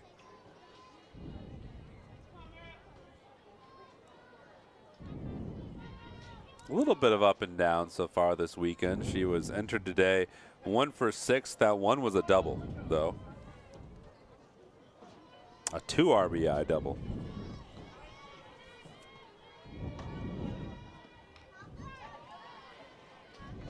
So when she's made contact, it's done damage.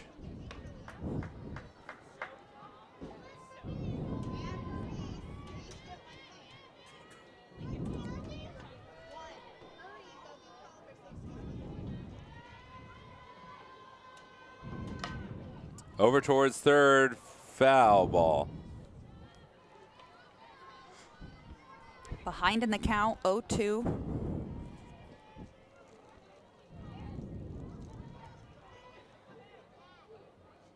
Iowa's such a young team, majority of the roster underclassmen.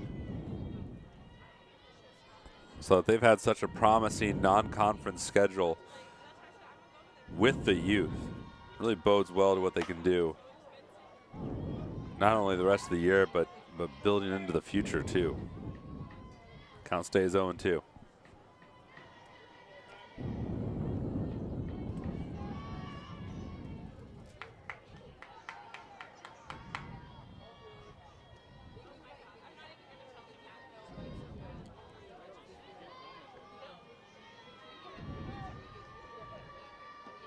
Fouled back. Lightgen staying alive. So last inning you said you're number 6, played softball. What position did you play? I was a pitcher. Oh, really? I was, and I wore a little face mask, just like Mulk has on. Yes, stays alive. Well, you would have really felt the pitcher's pain on game 2 because they were getting everything. The first inning or two, it seemed like every hit was right back at them. Yeah. Both Mulk and Avery Sapp. Avery Sapp almost took one off the face mask. And a strikeout, we think, to end the inning. So we'll hold our breath, but for now, we go to the bottom of the 5th. Off a strikeout by Jenna Mulk.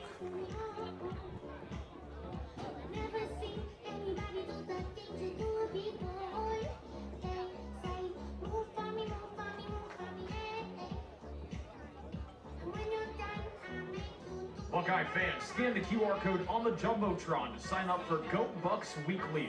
Be the first to receive Buckeye ticket pre-sale and on-sale information, the latest news, exclusive content from OhioStateBuckeyes.com, and more.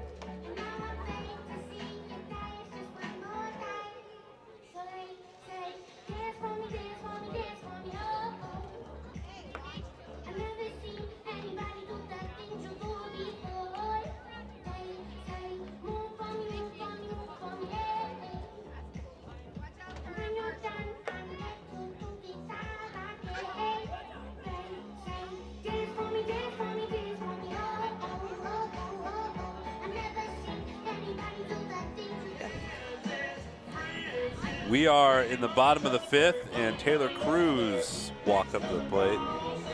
Her walk-up song seems oddly appropriate. So it's the first line of it is Kansas Princess, which is the state from which Taylor Cruz hails from.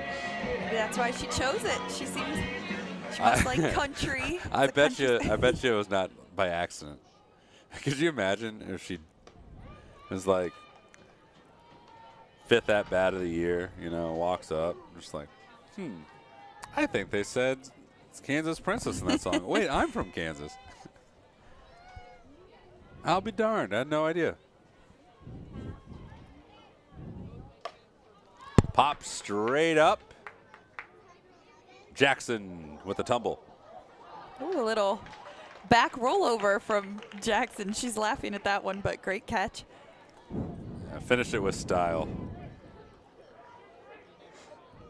Maybe she was watching some Winter Olympics and thought, if Ilya Malinin can do a backflip on the ice, well, then I can catch a foul ball and do a somersault. Yep, exactly. Now batting the catcher, number 25, Haley Lang. Haley Lang back up. Her last at bat in the third, she homered. She has a ton of power.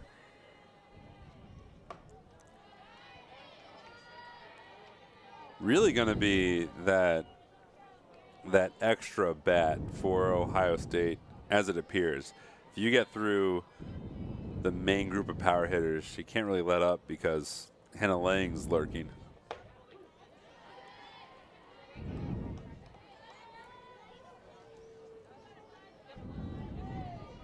Now she's been all or nothing today.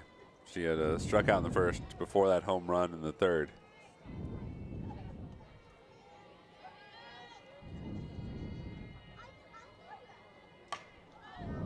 Spoiled foul.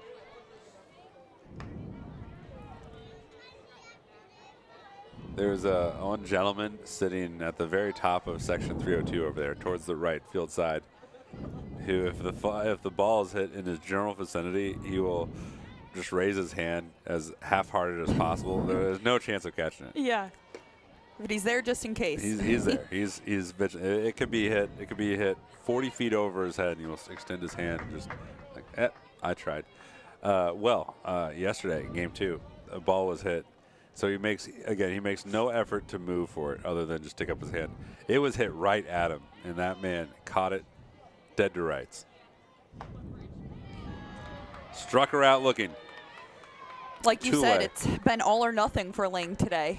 Either striking out or home run. That happens again. So Number 5, Skylar 2 Yeah. outs now as Skylar Lamone comes up to bat. 0 for 2, struck out looking in the second, grounded out to short in the third.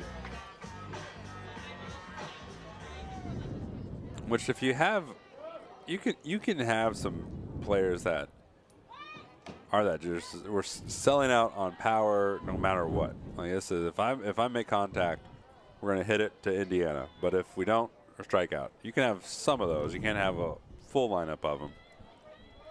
And so Ohio State needs to rely on the players around those to just step up to continue to make this lineup dangerous.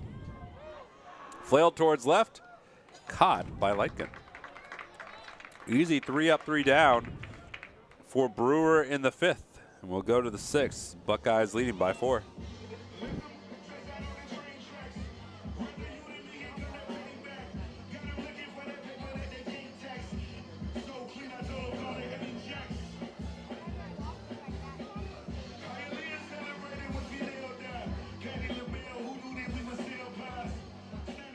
Hey fans, it's time for What's in Your Pocket. The first fan who brings the item we announce to the marketing table at the main entrance will win a prize. Today's item is a pen. The first person to bring a pen to the marketing table will be going home with a Buckeye t-shirt.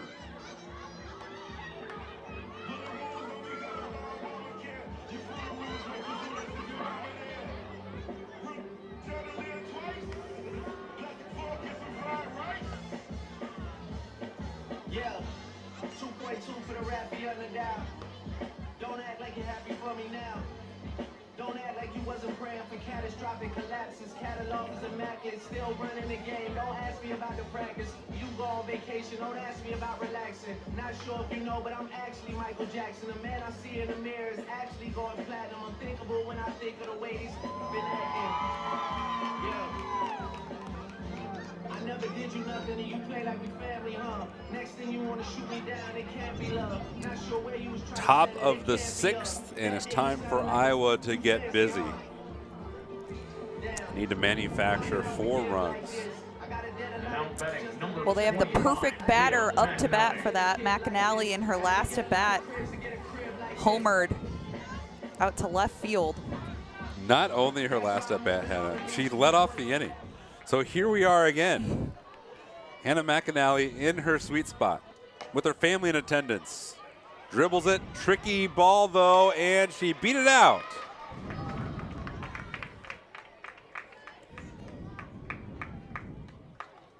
That was an interesting, because it looked like it was going to roll foul. Ended up hitting perfectly. I was just about to say, that was pretty interesting. I didn't think it was going to. When it came off her bat, it looked like it was going to, like, that's surely not going to be a hit. Well, by golly, it was. Pinch runner in for Iowa Echo Metellio. is Echo Metellio from Mesa, Arizona.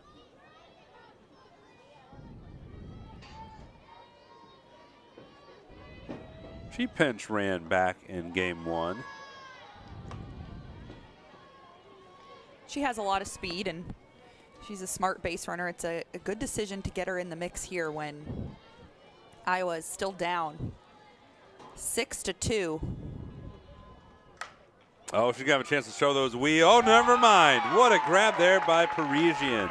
Coming in on the ball, it just hung up. A little bad luck there for Brianna Johnson. We've talked about Ohio State's defense, but I'm so impressed by Parisian out in right field. She's seen some action and made some great plays. She had especially she had a little bit of a hiccup in right field in game 2, left a bit to be desired. And big redemption story for her in the field today. It's a ball to Chavez. 1 for 2, singled in the second, the catcher for Iowa. Can she get Metellio home?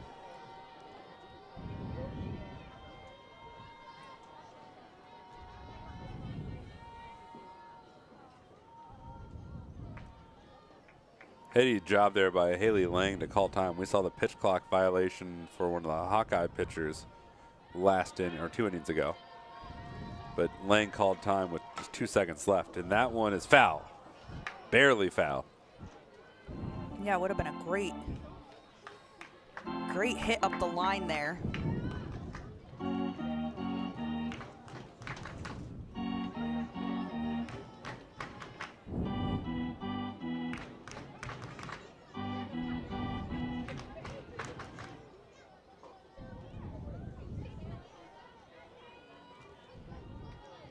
The 1-1. That one, foul. Again, right to the same spot almost. I think if you marked the first one she hit, that would have been almost right at it. Yeah. That's her sweet spot right now. Jenna Molk trying to get out of this one. Yeah, she could sneak one in down the line. It would probably score Metellio. 2-2. Metellio on first was a regular starter for Iowa earlier in her career, then became an infrequent starter, and then this year, this is kind of her role. Defensive replacement in left and run the bases. She straightens one out, but Lamone is as good as anybody in center and makes the grab.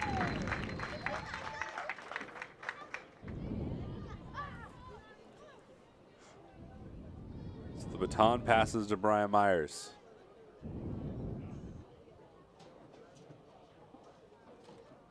We think.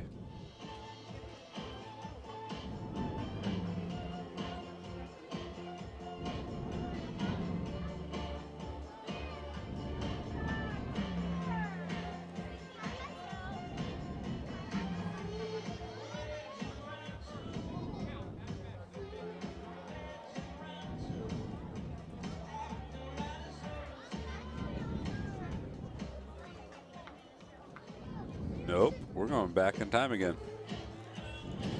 So we're going to go under a video review. And I'll tell you what, I don't know what it's for yet. They're about to tell us. They should here in a moment. What did you see there, Hannah? I'm not sure what they could be reviewing.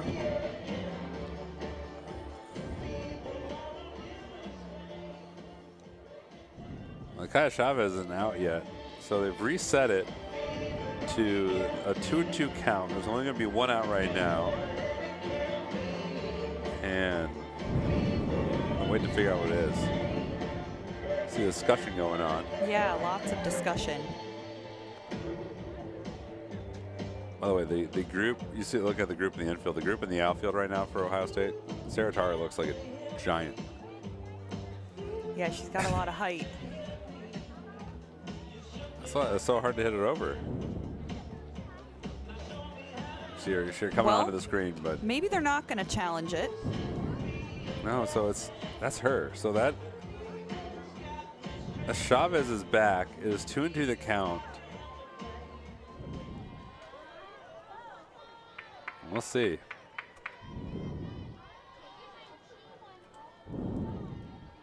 So back in time again. I said it jokingly that I thought, maybe we might have Myers coming up, but I didn't realize I was being. You were jinxing it. I didn't realize how prescient I was.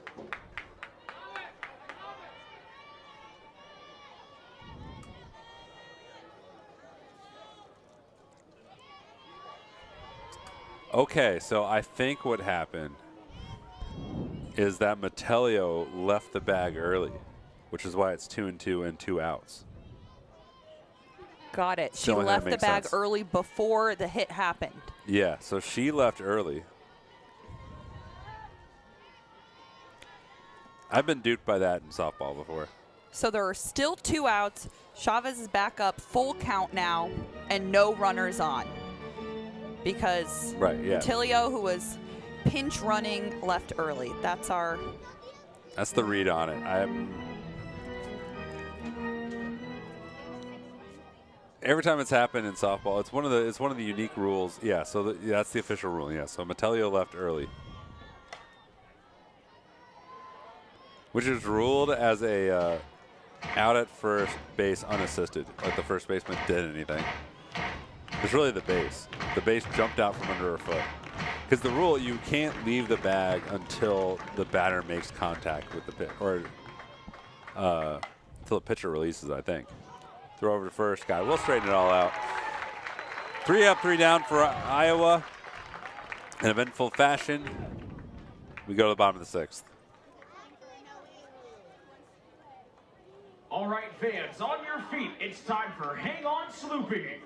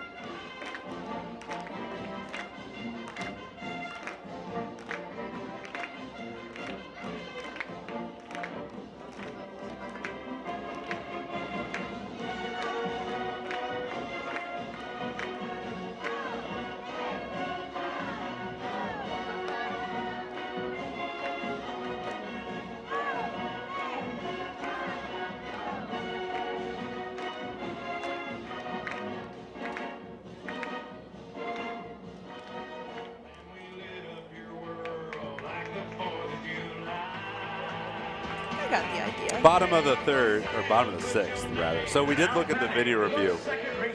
So as I was trying to explain, misspoke at first. Sammy Buick will lead off the inning. Is the runner cannot leave until the pitchers release the ball. And then we went and looked on the video monitor, which is, again, conveniently right next to us. And she did indeed. Her foot was off the bag before the ball was released by the pitcher. So it was a good call.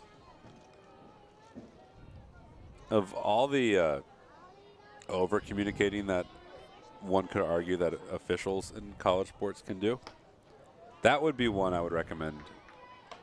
There'd be some better way of signaling it. Yeah. And you're just like, what? But like you said, that was a great call that was made. Her foot was off the bag.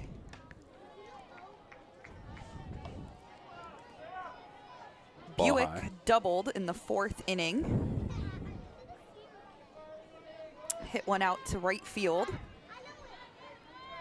They need to be like a basketball referee signaling a charge or something. She gets under this one.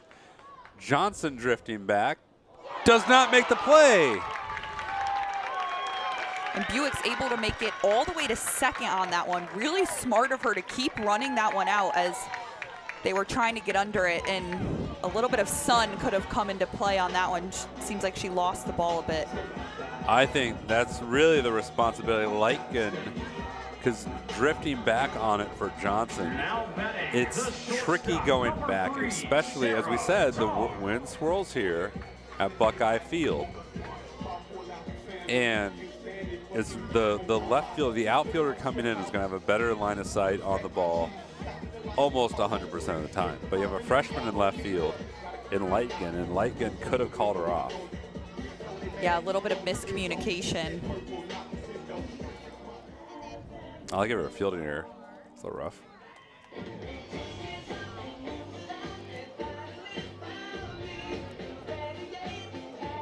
That's really rough.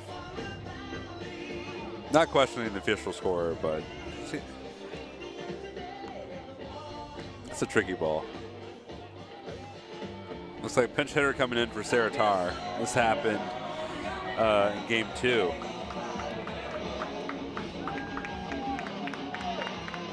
And sitting for the Buckeyes, number 99, Kaden Ruffer. Kaden Ruffer will bat last played against Duke on February 28th. Now, Tarr can re-enter defensively. And she probably will. She's done an excellent job in the field today. There have been a lot of really good defensive players in this game, but I think you can make the case Tarr's been the best. They have an argument for it. Yeah, Ohio State doesn't have any errors in the field. Iowa has 2.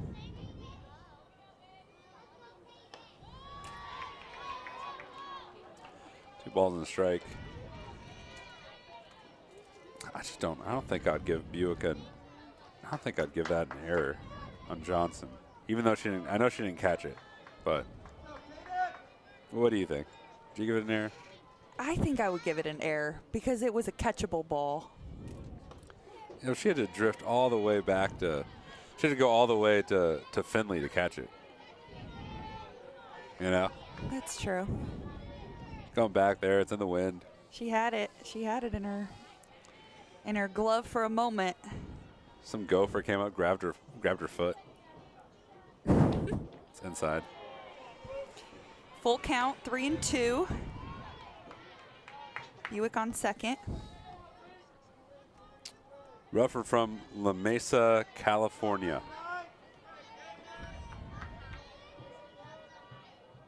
Selectively plays for Ohio State. It's kind of the moments where she can capitalize here, get more opportunities. Fouls it back.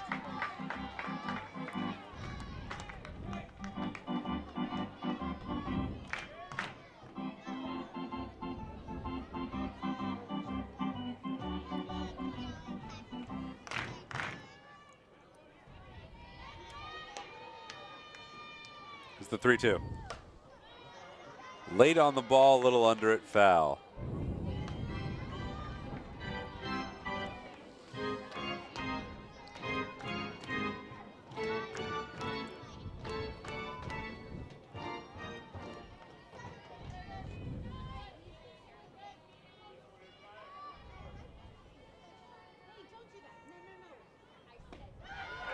Walked her. Good eye by Ruffer.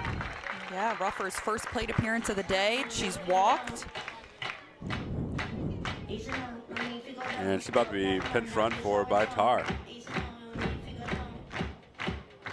And a new pitcher coming in as well. Now, We'll take, go ahead. I was going to say, in case you're just tuning in today, the Buckeyes and the Hawkeyes split their doubleheader on Friday. So today's winner will win the series. So it's an important one as the Buckeyes have held the lead 6-2. The pitcher coming in is Avery Sapp, who was outstanding in game number 2.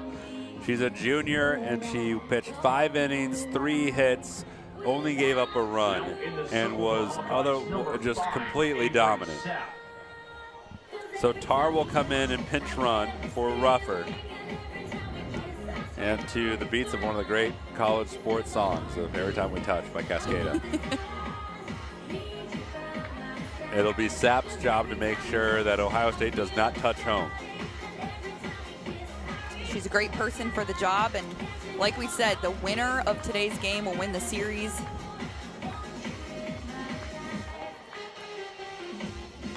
Well, you just look at the non-conference schedule that Ohio State's played and just the lack of results. And part of it was the strength of the Buckeyes completely failed them. They could not hit.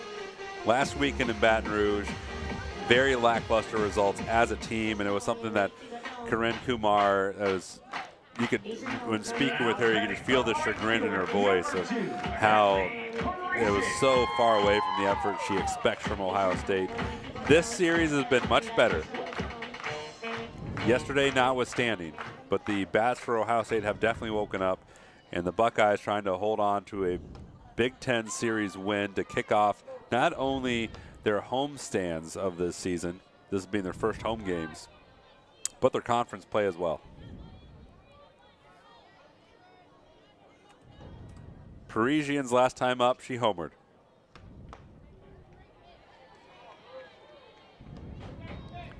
But she's also a patient hitter. She is. She walked back in the first as well. She's going to wait for her pitch here.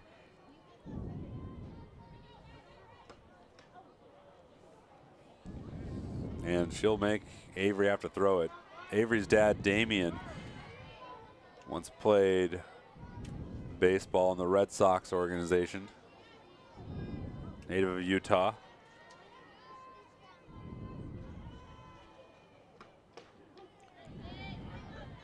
Finds the strike zone. 3 balls, 1 strike.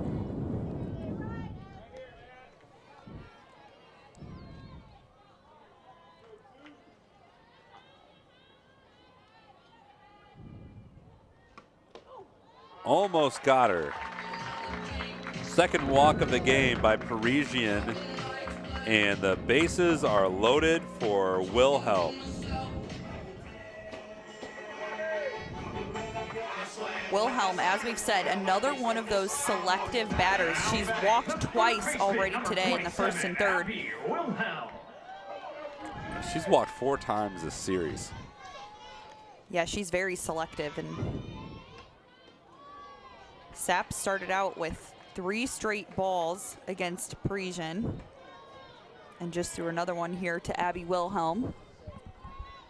Hawkeyes are in a bit of a danger zone here, Hannah, because as we saw on Friday, almost said yesterday again, in game 2, that if you hit 8 runs by the 5th inning or later, if a team has an 8-run lead, 5th inning or later, then you get into the mercy rule category. Yeah, so if Ohio State scores 4 runs in this inning, this game will be over. Which normally sounds like a lot, and it is, but with the way Ohio State can swing a bat and with there being no outs and them loaded, just critical for Sapp to generate some outs here. A ground ball would be huge for Iowa. But they walk her on 4 pitches, and that's 1 run in. 3 more runs, and this game is over again. Bases loaded, no outs. Milliken is up now. She walked back in the 4th inning. Sapp is just struggling a bit to find the strike zone. This is a high leverage situation. You hear that term more in baseball than softball, but it is a high leverage situation. It is, and the Buckeyes have not been chasing any of her pitches so far. Again, struggling to find that strike zone. And really, why would you? There's the visit on the mound, but if in this situation, if pitchers having difficulty locating, you're not going to go. Not going to, especially with a coach who with the hitting acumen of Karen Kumar. You're not going to have your hitters go up there and help her out. No. And after Milliken, Kiki Estrada is up next, who has all the power in the world. She's homered already today. Yeah, Milliken is already good. As if Milliken is not imposing enough. The southpaw on deck is just as dangerous, if not more so. Yeah.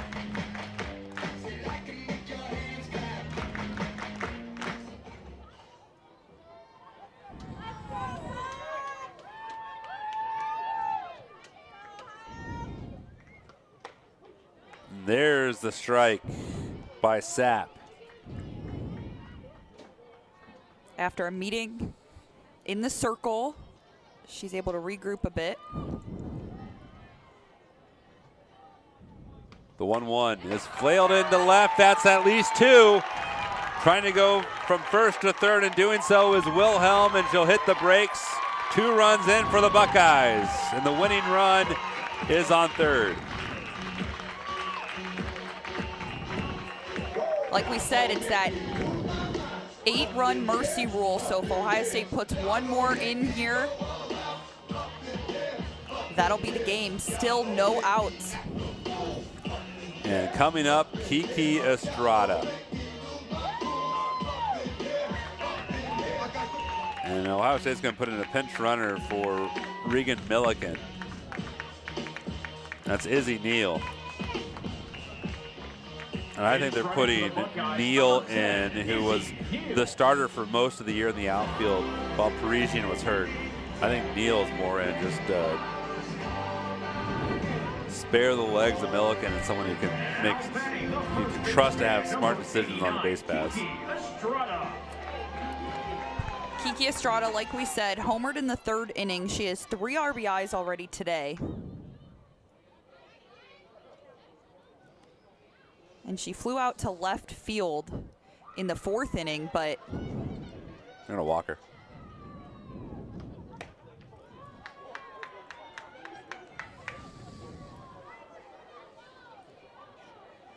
Smart by Iowa. Doesn't at least put the double play in effect. yeah, they are going to walk her. And even if you didn't want to turn the double play, it makes home plate a force out. But then there's pressure on Sapp, who has struggled a bit to find the strike zone, to not walk in Ohio State's winning run. Now, looking at the next 2 batters for Ohio State, Cruz and Lang.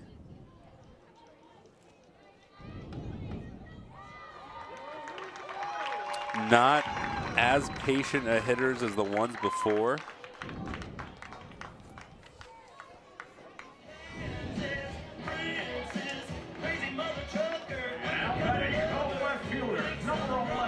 Cruz is the more patient of the 2. Lang has struck out at a 2-to-1 ratio versus how much she's walked. They're not just going to roll over, but that's what Sapp has to do, is get strikes. So if I'm an infielder in this spot, if the ball's hit at me, I'm just going home. You have to go home. And then you can have a double play. Gloved and not in time. And that'll do it. Yeah, tricky play there. That's the winning run for Ohio State, 10-2 with the run rule after 6 innings. Ohio State wins the series. What a perfectly placed ball by Taylor.